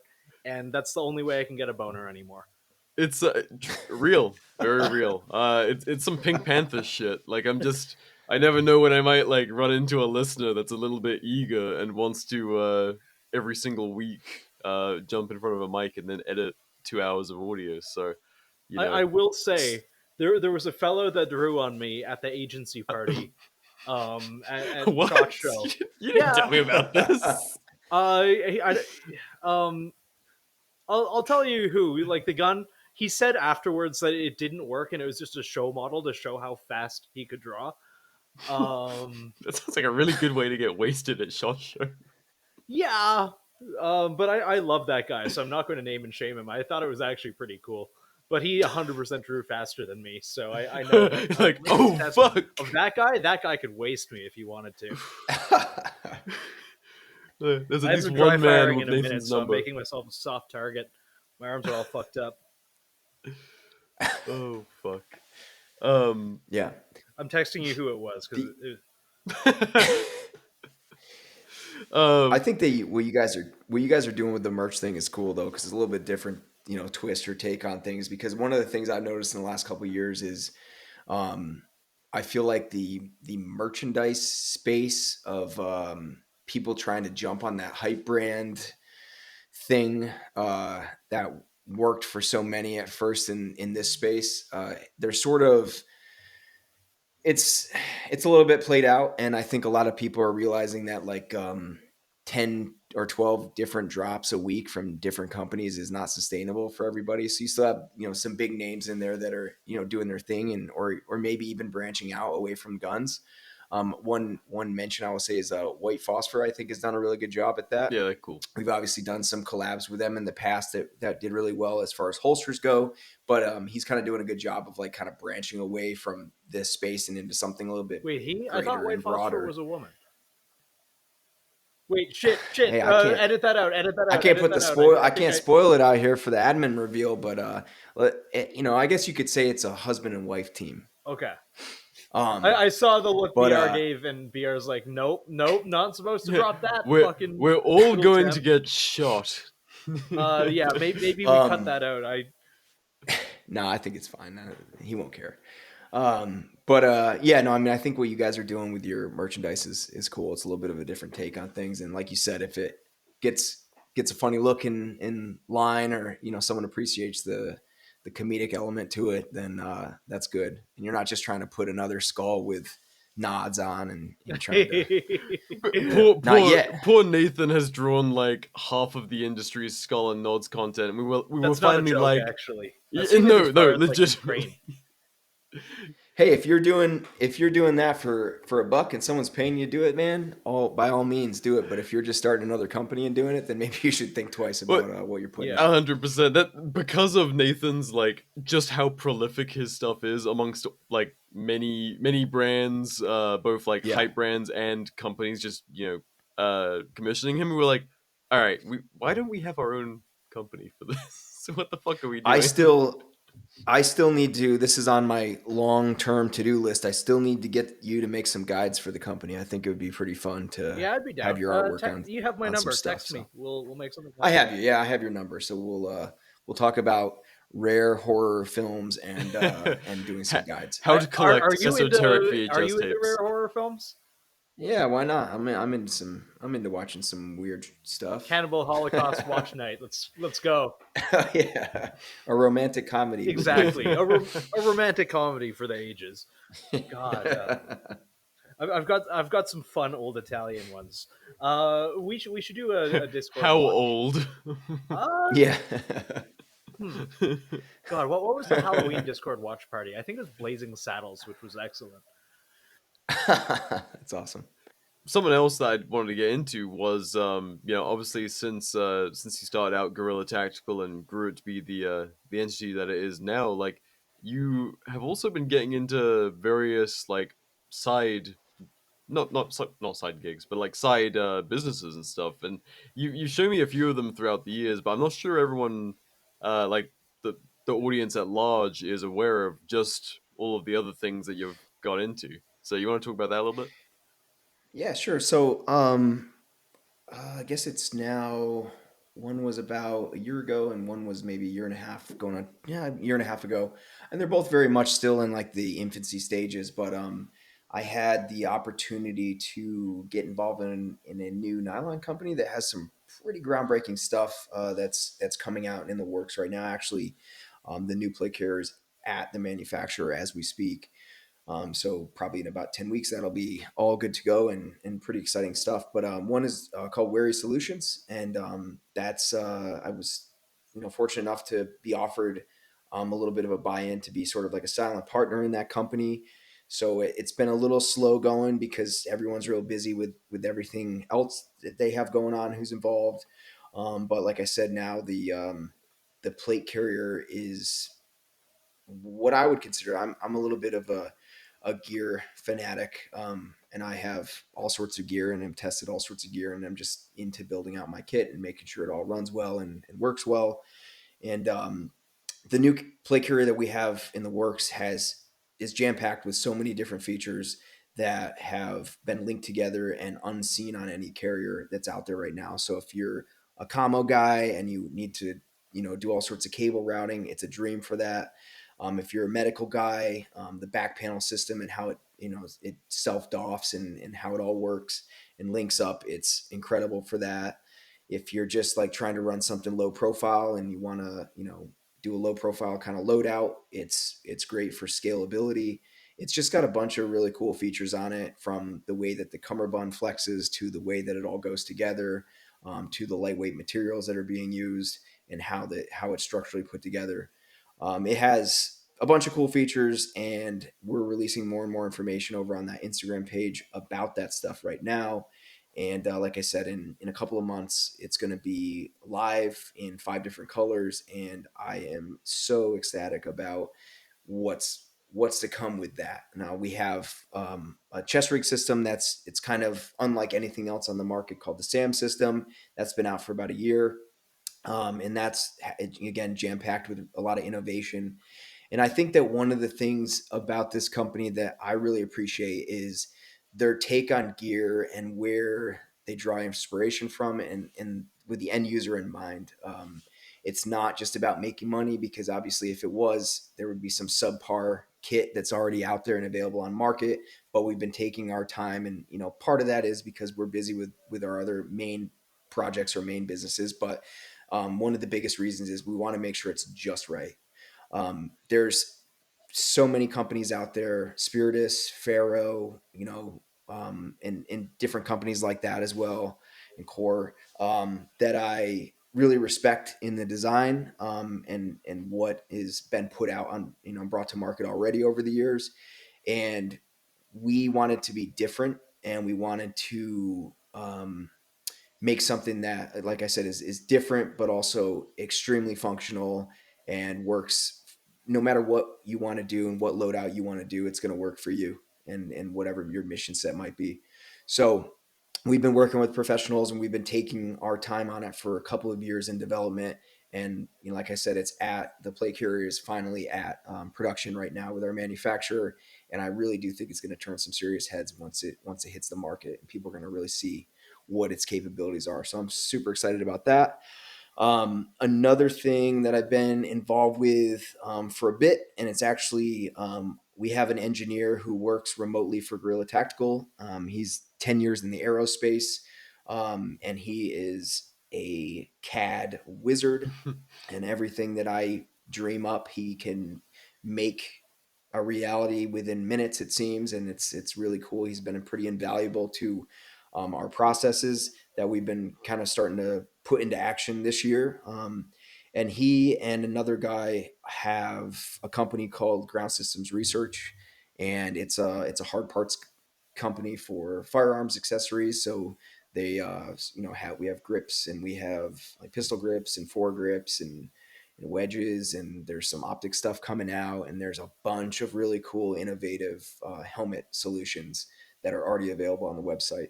So Ground Systems Research is another one that I've been able to, I kind of swapped some ownership between Wary and GSR, and I was able to get my hand in that as well. So I'm not front facing with those companies. A lot of people don't realize that I have any involvement with them. We actually do the order fulfillment for both of those companies out of our location, our bigger location up here in Washington. So we pack and ship those orders from here, which is kind of cool to have those multi-use spaces. And we're fortunate to be able to have the space for it as well now with our new facility. So they're both really cool. There's a lot of really cool engineering and stuff going into some of the solutions coming out with GSR in the coming months that I'm pretty excited about. And as a bit of a gear nut myself, like, it's just fun to be a part of some companies that are outside the box thinking and trying to push to produce gear that's different and is, in a lot of ways I would consider better than some of the stuff that's out there right now. And that's kind of one of the things that I've always done with companies, or the way I think about this stuff in this space, is there's a lot of really good companies out there. And if you can't really do it better or differently, and bring additional value to the space, then why are you just trying to, like, make a buck. You know what I mean? So, we're trying to do that with Guerrilla Tactical in multiple different facets, but that's one of the things that's pretty exciting for me about GSR and Weary Solutions is just that there is a lot of time and effort and engineering and thought going into what products come out, and it's not just quickly smashing out products just to sell them. So I'm glad that some of this stuff is selfishly I would love it to be rolling at a higher pace because it'd be nice to make some money off the companies because we work to put food on the table. But at the same time, I'm privileged and fortunate to be able to have a company like Guerrilla Tactical that does pay my bills, and I can float through until we're really set and ready to bring certain things that are in the works to market and make sure they're as best as absolutely possible for the consumer and for the customer. So that's where we're at with those things. And I think there's going to be a lot of really cool stuff from those two other companies coming out this year. So it's definitely worth keeping an eye on them. And yeah, I think those two companies will make some waves in the industry pretty quick. So it's kind of cool. Hell yeah! It's been really cool to see a lot of these. I don't want to call them like I don't want to put any kind of label on them, like more small batch production because they're brand new to the industry, but because Sure. of the connections a lot of these like smaller kind of new guard businesses have, like you'll see instead of someone just starting out on their own with no connection and they're just like off on the fringe, and those guys exist and they find Absolutely. their way into the market or they don't. But you see these small batch guys kind of come out of nowhere and like start displacing people, and I I really love seeing it because it keeps the old guard.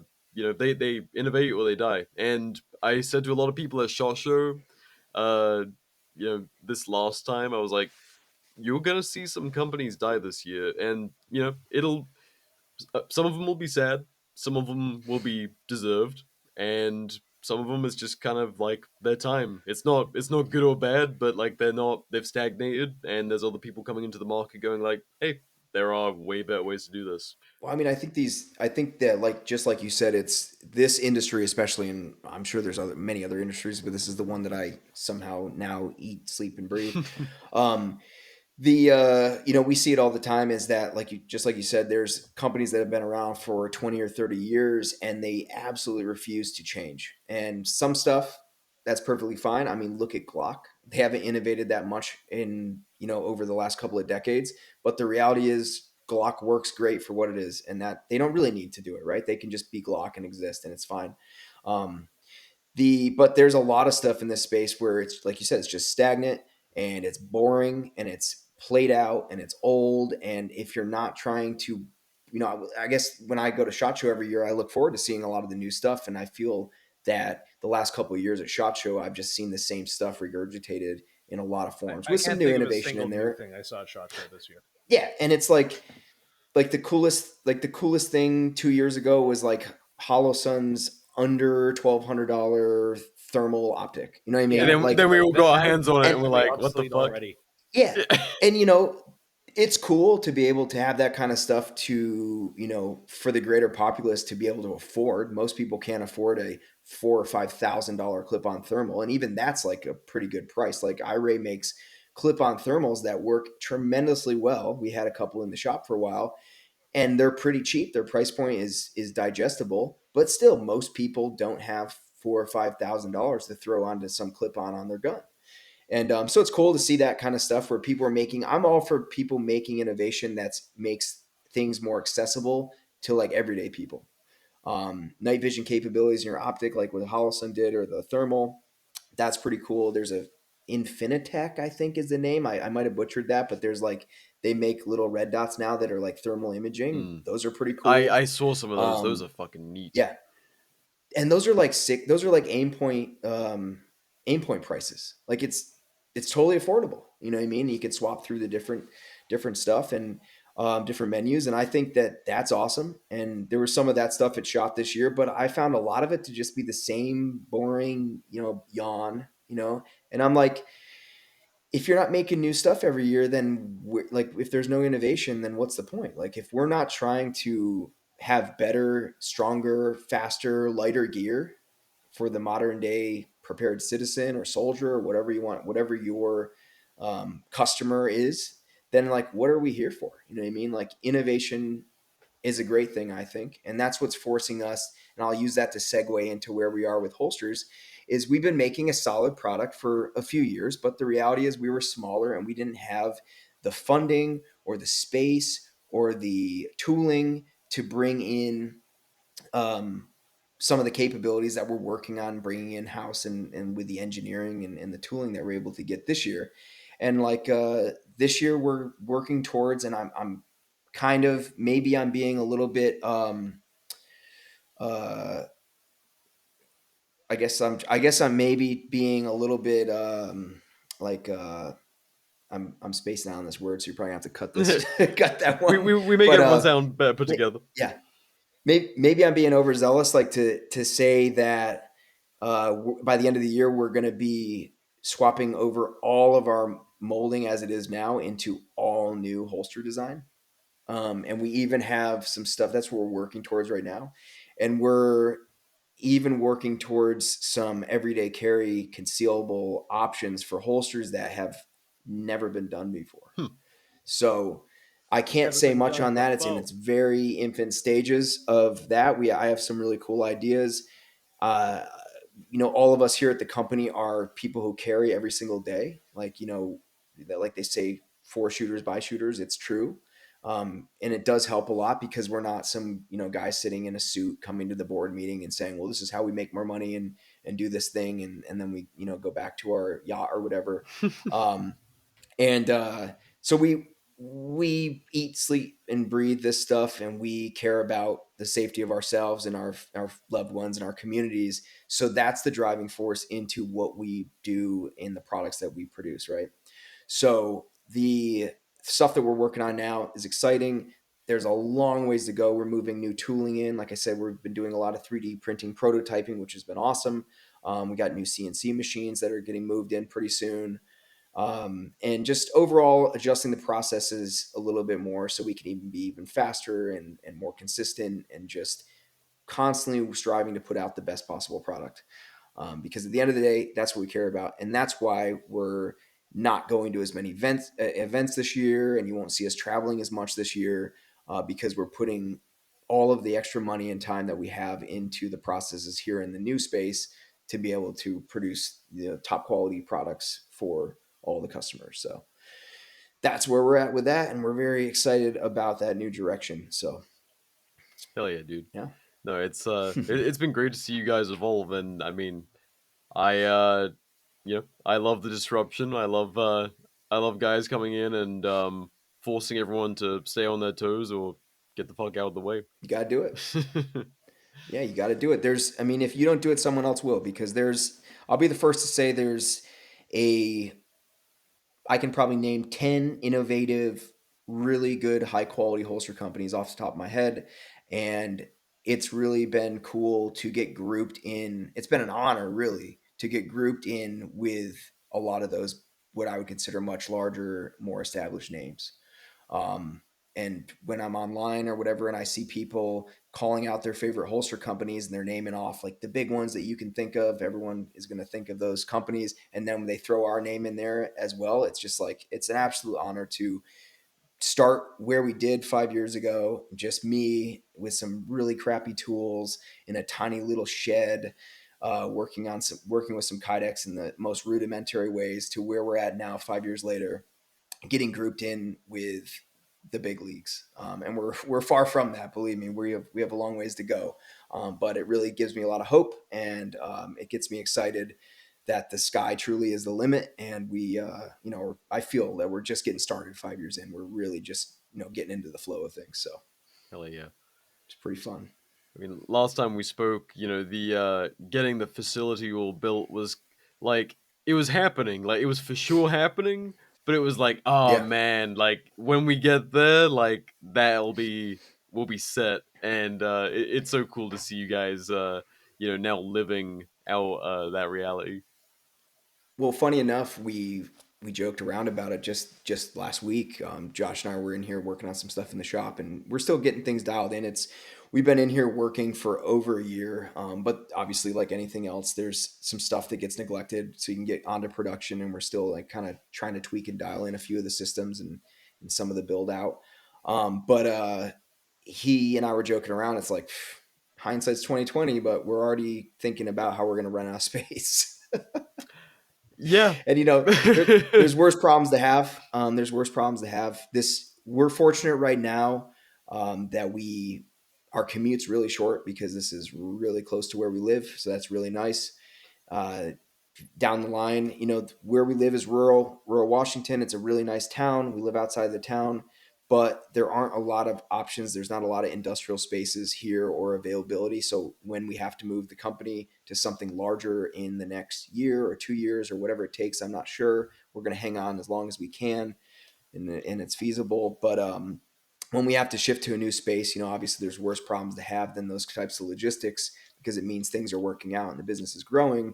But I don't know if that means that we're going to have, 20 minutes, 30 minutes, 40 minutes away from where we're at right now just to get a building that is going to work for our needs. But you know what? Things have been good so far.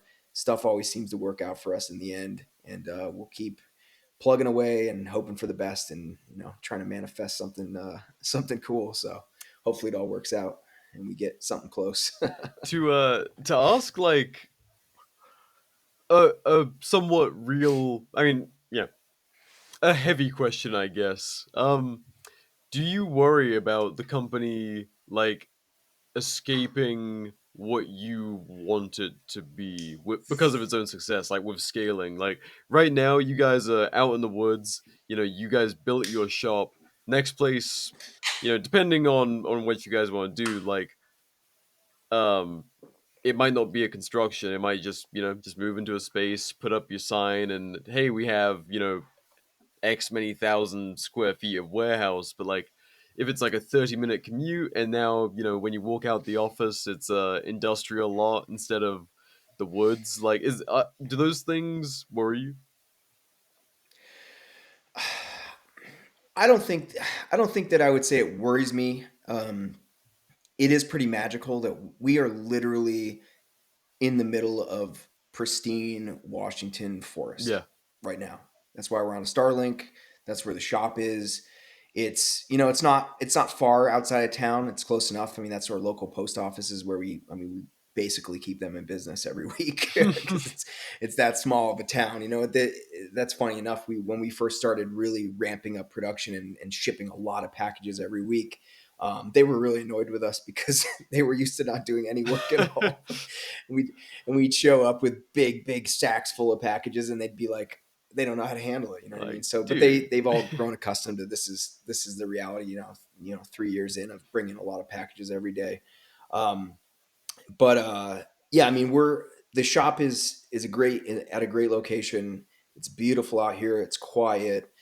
the it's I wouldn't say it's a worry of mine because I've always had a I guess I wouldn't say I always had it because when I first started, I didn't take it very seriously until that 4 or 5 months in when orders really started to pick up and I said, wow, this is a real business model that people actually want and need these products. I really need to start taking it more seriously to get people products that it's worth their time and money giving to us. You know what I mean? So I guess ever since then, probably 7 to 9 months into the company, I started to daydream about where I wanted to see things go. Yeah. And I've been working towards that. We've had our speed bumps and we've had our ebbs and flows of business. And, in some ways, I could not be more proud of where we are at this time going into our fifth year, being 2025.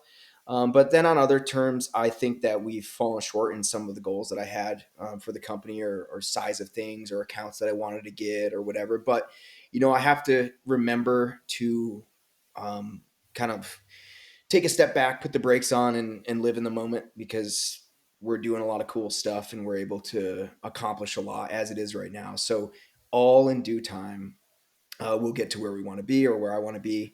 And growth is definitely, we're not there yet. There's a lot of growth that I want to do. I definitely don't need to be a company that has 2 or 3 warehouses and 100 plus employees. I've never really wanted to have that kind of overhead or responsibility. but we definitely have a lot of growing to do. And I think that, like I said, things have, we've been pretty fortunate for stuff to work out in our favor in the way that we want it to go. And as it gets larger, if we need to move a space to something bigger and maybe it's a little bit more of a commute, these are just little sacrifices that we'll have to make in the name of progression Yeah. of the business. So if we if we end up being in a bit more of an industrial area, so be it, because I just don't think that it's going to be feasible time wise or money wise to just do like a full new build of a warehouse that's, Yeah. 10,000 square feet Yeah. or whatever. I think I'd rather, at that point, I think I'd rather just, rent something that's existing, or buy something. I mean, if something came up and it worked out, I would love to be in a position to be able to buy our next warehouse, but we'll see. We'll see what happens there. That is one thing that has been nice about this company is I think we probably could have upgraded. I was in a very small space, and then we went to a small but larger space, and we rode that out. I always say nuts to butts with that, people working in there for too long. And, it wasn't ideal, but it worked for us and it kept overhead low.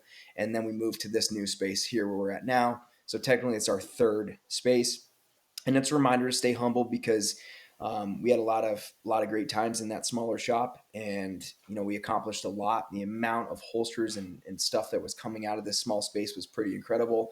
And if people knew real numbers, they would go like, I don't know how you accomplished that in this little basically we had a shipping container that we built out Oh, into a damn. shop. So it filled up fast, and we were probably 2 years overdue on needing to move out of there, but the timing wasn't right, and getting the money together and to do it responsibly and to get this new building and build it out took time, took money, and I'm happy that it worked out the way that it did, because now we're settling into this new space and we don't have some huge mortgage, or we don't have some huge loan to the bank that we owe. We don't owe any money to the bank for the new building or anything like that. We were able to pay for it up front and as we went. So That's badass, that's awesome for sure. man. It's honestly, like I said earlier, like I never expected to have any kind of like real fascination with business, but like it's like once you understand it a little bit, like there is something like really cool about, we always say on this show, like, be a builder, like build something. Don't be the Yeah. person just like tearing shit down, because anyone can do Yep. that. But like building something that you want to see in the world, and being able to have that be something that feeds your friends, like bringing great people onto your team, and it being something that they can take home. Like that's fucking so cool. Yeah, I mean, I've always been. I used to manage teams on the ships as well, from the deck department all the way up to working as an officer on board these patrol vessels, managing these ships. And I always brought a certain element to these situations where I wanted to create and cultivate a really great culture on board the vessels. I wanted people to take away from their experiences and their time on board the ships doing what we were doing, and I wanted them to take real world skills and be able to apply them to their everyday lives, and also at the same time have had the time of their life, one could say. So I really bring that same idea into this company as well, and as we continue to need to bring on more people and have more hands on deck, and I'm able to remove more and more hats and pass them off to other people. It's super important for me to make sure that we cultivate that kind of culture here at the company, because you're going to get your best productivity, but not sounding like a evil CEO of the company. Productivity, productivity, productivity. Like, I want people to come to work because they're excited to do it, and they believe in what we're doing, the mission that we're here for. So because of that, by default, you're going to get the best productivity out of them because they care about what they're doing, and they're going to take that initiative and they're going to run with it. So that's what we really strive for above all else, is take care of our people, and they'll help take care of you guys. Hell yeah. Well, that was pretty good dad advice, but since we just hit the 2 hour mark, I'm gonna have to hit you with another one. Please, sir, may I have another? Man, another dad advice. I should have known. After being on this podcast two other yeah. times, Come I on should have now, had man. dad advice written out. It's Should've- the hold on, let me expectation ask by this Chat- point. Let me ask Chat GPT. No. I'm just kidding. Just Hell kidding. no. Organic dad advice. Well, I'm not a dad, but I'll give advice. Let's see. Dad advice this time around. I don't want to say the same stuff I said before on the podcast. So I have probably no, I repeated think myself. So yeah, maybe, no judgment. No, I mean, I think the kind of going back into what I was just saying about cultivating a culture that you believe in, that you want to be portrayed through the company. And I think that it does resonate with our following and our fans. And I think they understand, our customer base understands where we come from. And what you see through our social media pages and everything is pretty darn close to realistic of what our everyday existence is here at the company, which is cool. And yeah, I mean, it's kind of like that old-ish thing of like, be the change you want to see in the world, or, treat others how you want to be treated. I think that the same thing could be said about business as well. It's like you need to treat your people fairly and with kindness, and that's going to show through the way that your company is reflected to the greater public. And I think that we do a pretty good job of that here. Hell yeah.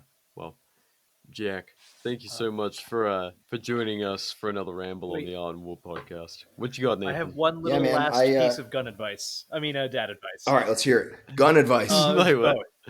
Are you really friends with someone if you can't send them photos of you pointing a loaded gun at your bare feet?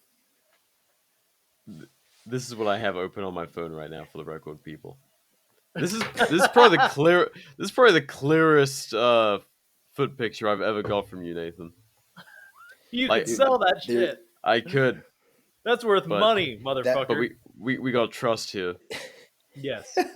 That reminds me of 38 Smith & Wesson. Yeah, that's a real caliber. You can't buy it anymore. It's discontinued after World War II. I was on Tax Swap the other day looking through some stuff, and there was this one guy who was posting all this gear for sale, and every single one of the posts had like a picture of his wife's foot in with the gear, like off to the side a little bit, or like a pistol leaned up against the side of her foot or whatever. It was pretty funny. Oh man, what I mean, respect for the marketing tact on Tax Swap, but like. It was a weird little quirky way to sell this stuff, but I thought it was pretty funny. God doesn't know about Tax Swap. No, thankfully. Oh hell. Yeah. But no, I appreciate it, guys. It's I feel like we covered so much in 1 and 2, and it was nice to just do a quick recap and talk a little bit about what we have going on here. And so I appreciate you guys giving me the time and the platform to do so. And on the same token, being a pretty early on person on your podcast, it's been really cool to see you guys grow and get some really big names on here. So appreciate it's that. It's definitely a podcast I tune into quite often, and appreciate your guys' friendship and having me on. So thanks for that. Yeah, likewise, dude. It's it was awesome finally getting a chance to meet you as Shot and then seeing you again. Like, ladies and gentlemen, for the record, Jack is the same dude on and off the mic. That's it's mostly true with the people we choose to bring on this show, but we've all heard stories about certain personalities where it is night and day. But no. And 6 Hours never giving me any money. Did you have anything you wanted to tell the audience before we get out of here? No, I mean, just if you are a YouTube person, you should check out our page because we have a lot of cool stuff coming, and smash that subscribe button, as one would say in this space. And no, we appreciate you guys, and we appreciate the support that everyone's given us over the years, because I say it all the time, and I truly do mean it, that without everybody's support, who's from day one until now, we would not be able to do any of the stuff that we do, and that's true. So the consumer has a lot more power than they think in this world. So Yeah. Hell yeah. All right. Well, Appreciate it, guys. yeah. Thanks, dude. So good to have you back, and I'm sure we'll do another one in the future. So yeah. One day again. Absolutely. All right. We should. All right. Next one. You guys have a good night. Yeah, you too, man. Oh. Next one we should do. We should plan for an in-person one at some point. I'd love to do an in-person one, and then it didn't work out this time. But again, in the future, sometime it'd be cool to get a couple of us on here and just shoot the shit. Absolutely, dude. All right. I appreciate it, guys. Hey, and when the GT podcast, which has not been named yet, comes out soon, we'll have to get you guys on that podcast. Absolutely. So. Happy to ramble about Commonwealth things and sounds good. All of that. Tell us all about England. Britain. All right. Yeah, Britain. All right. I appreciate it, guys. We'll talk to you soon, all right? Yeah. Have a good one, man. All right. Have a good one. Thank you, everyone, for listening, and until next time. Goodbye. Bye.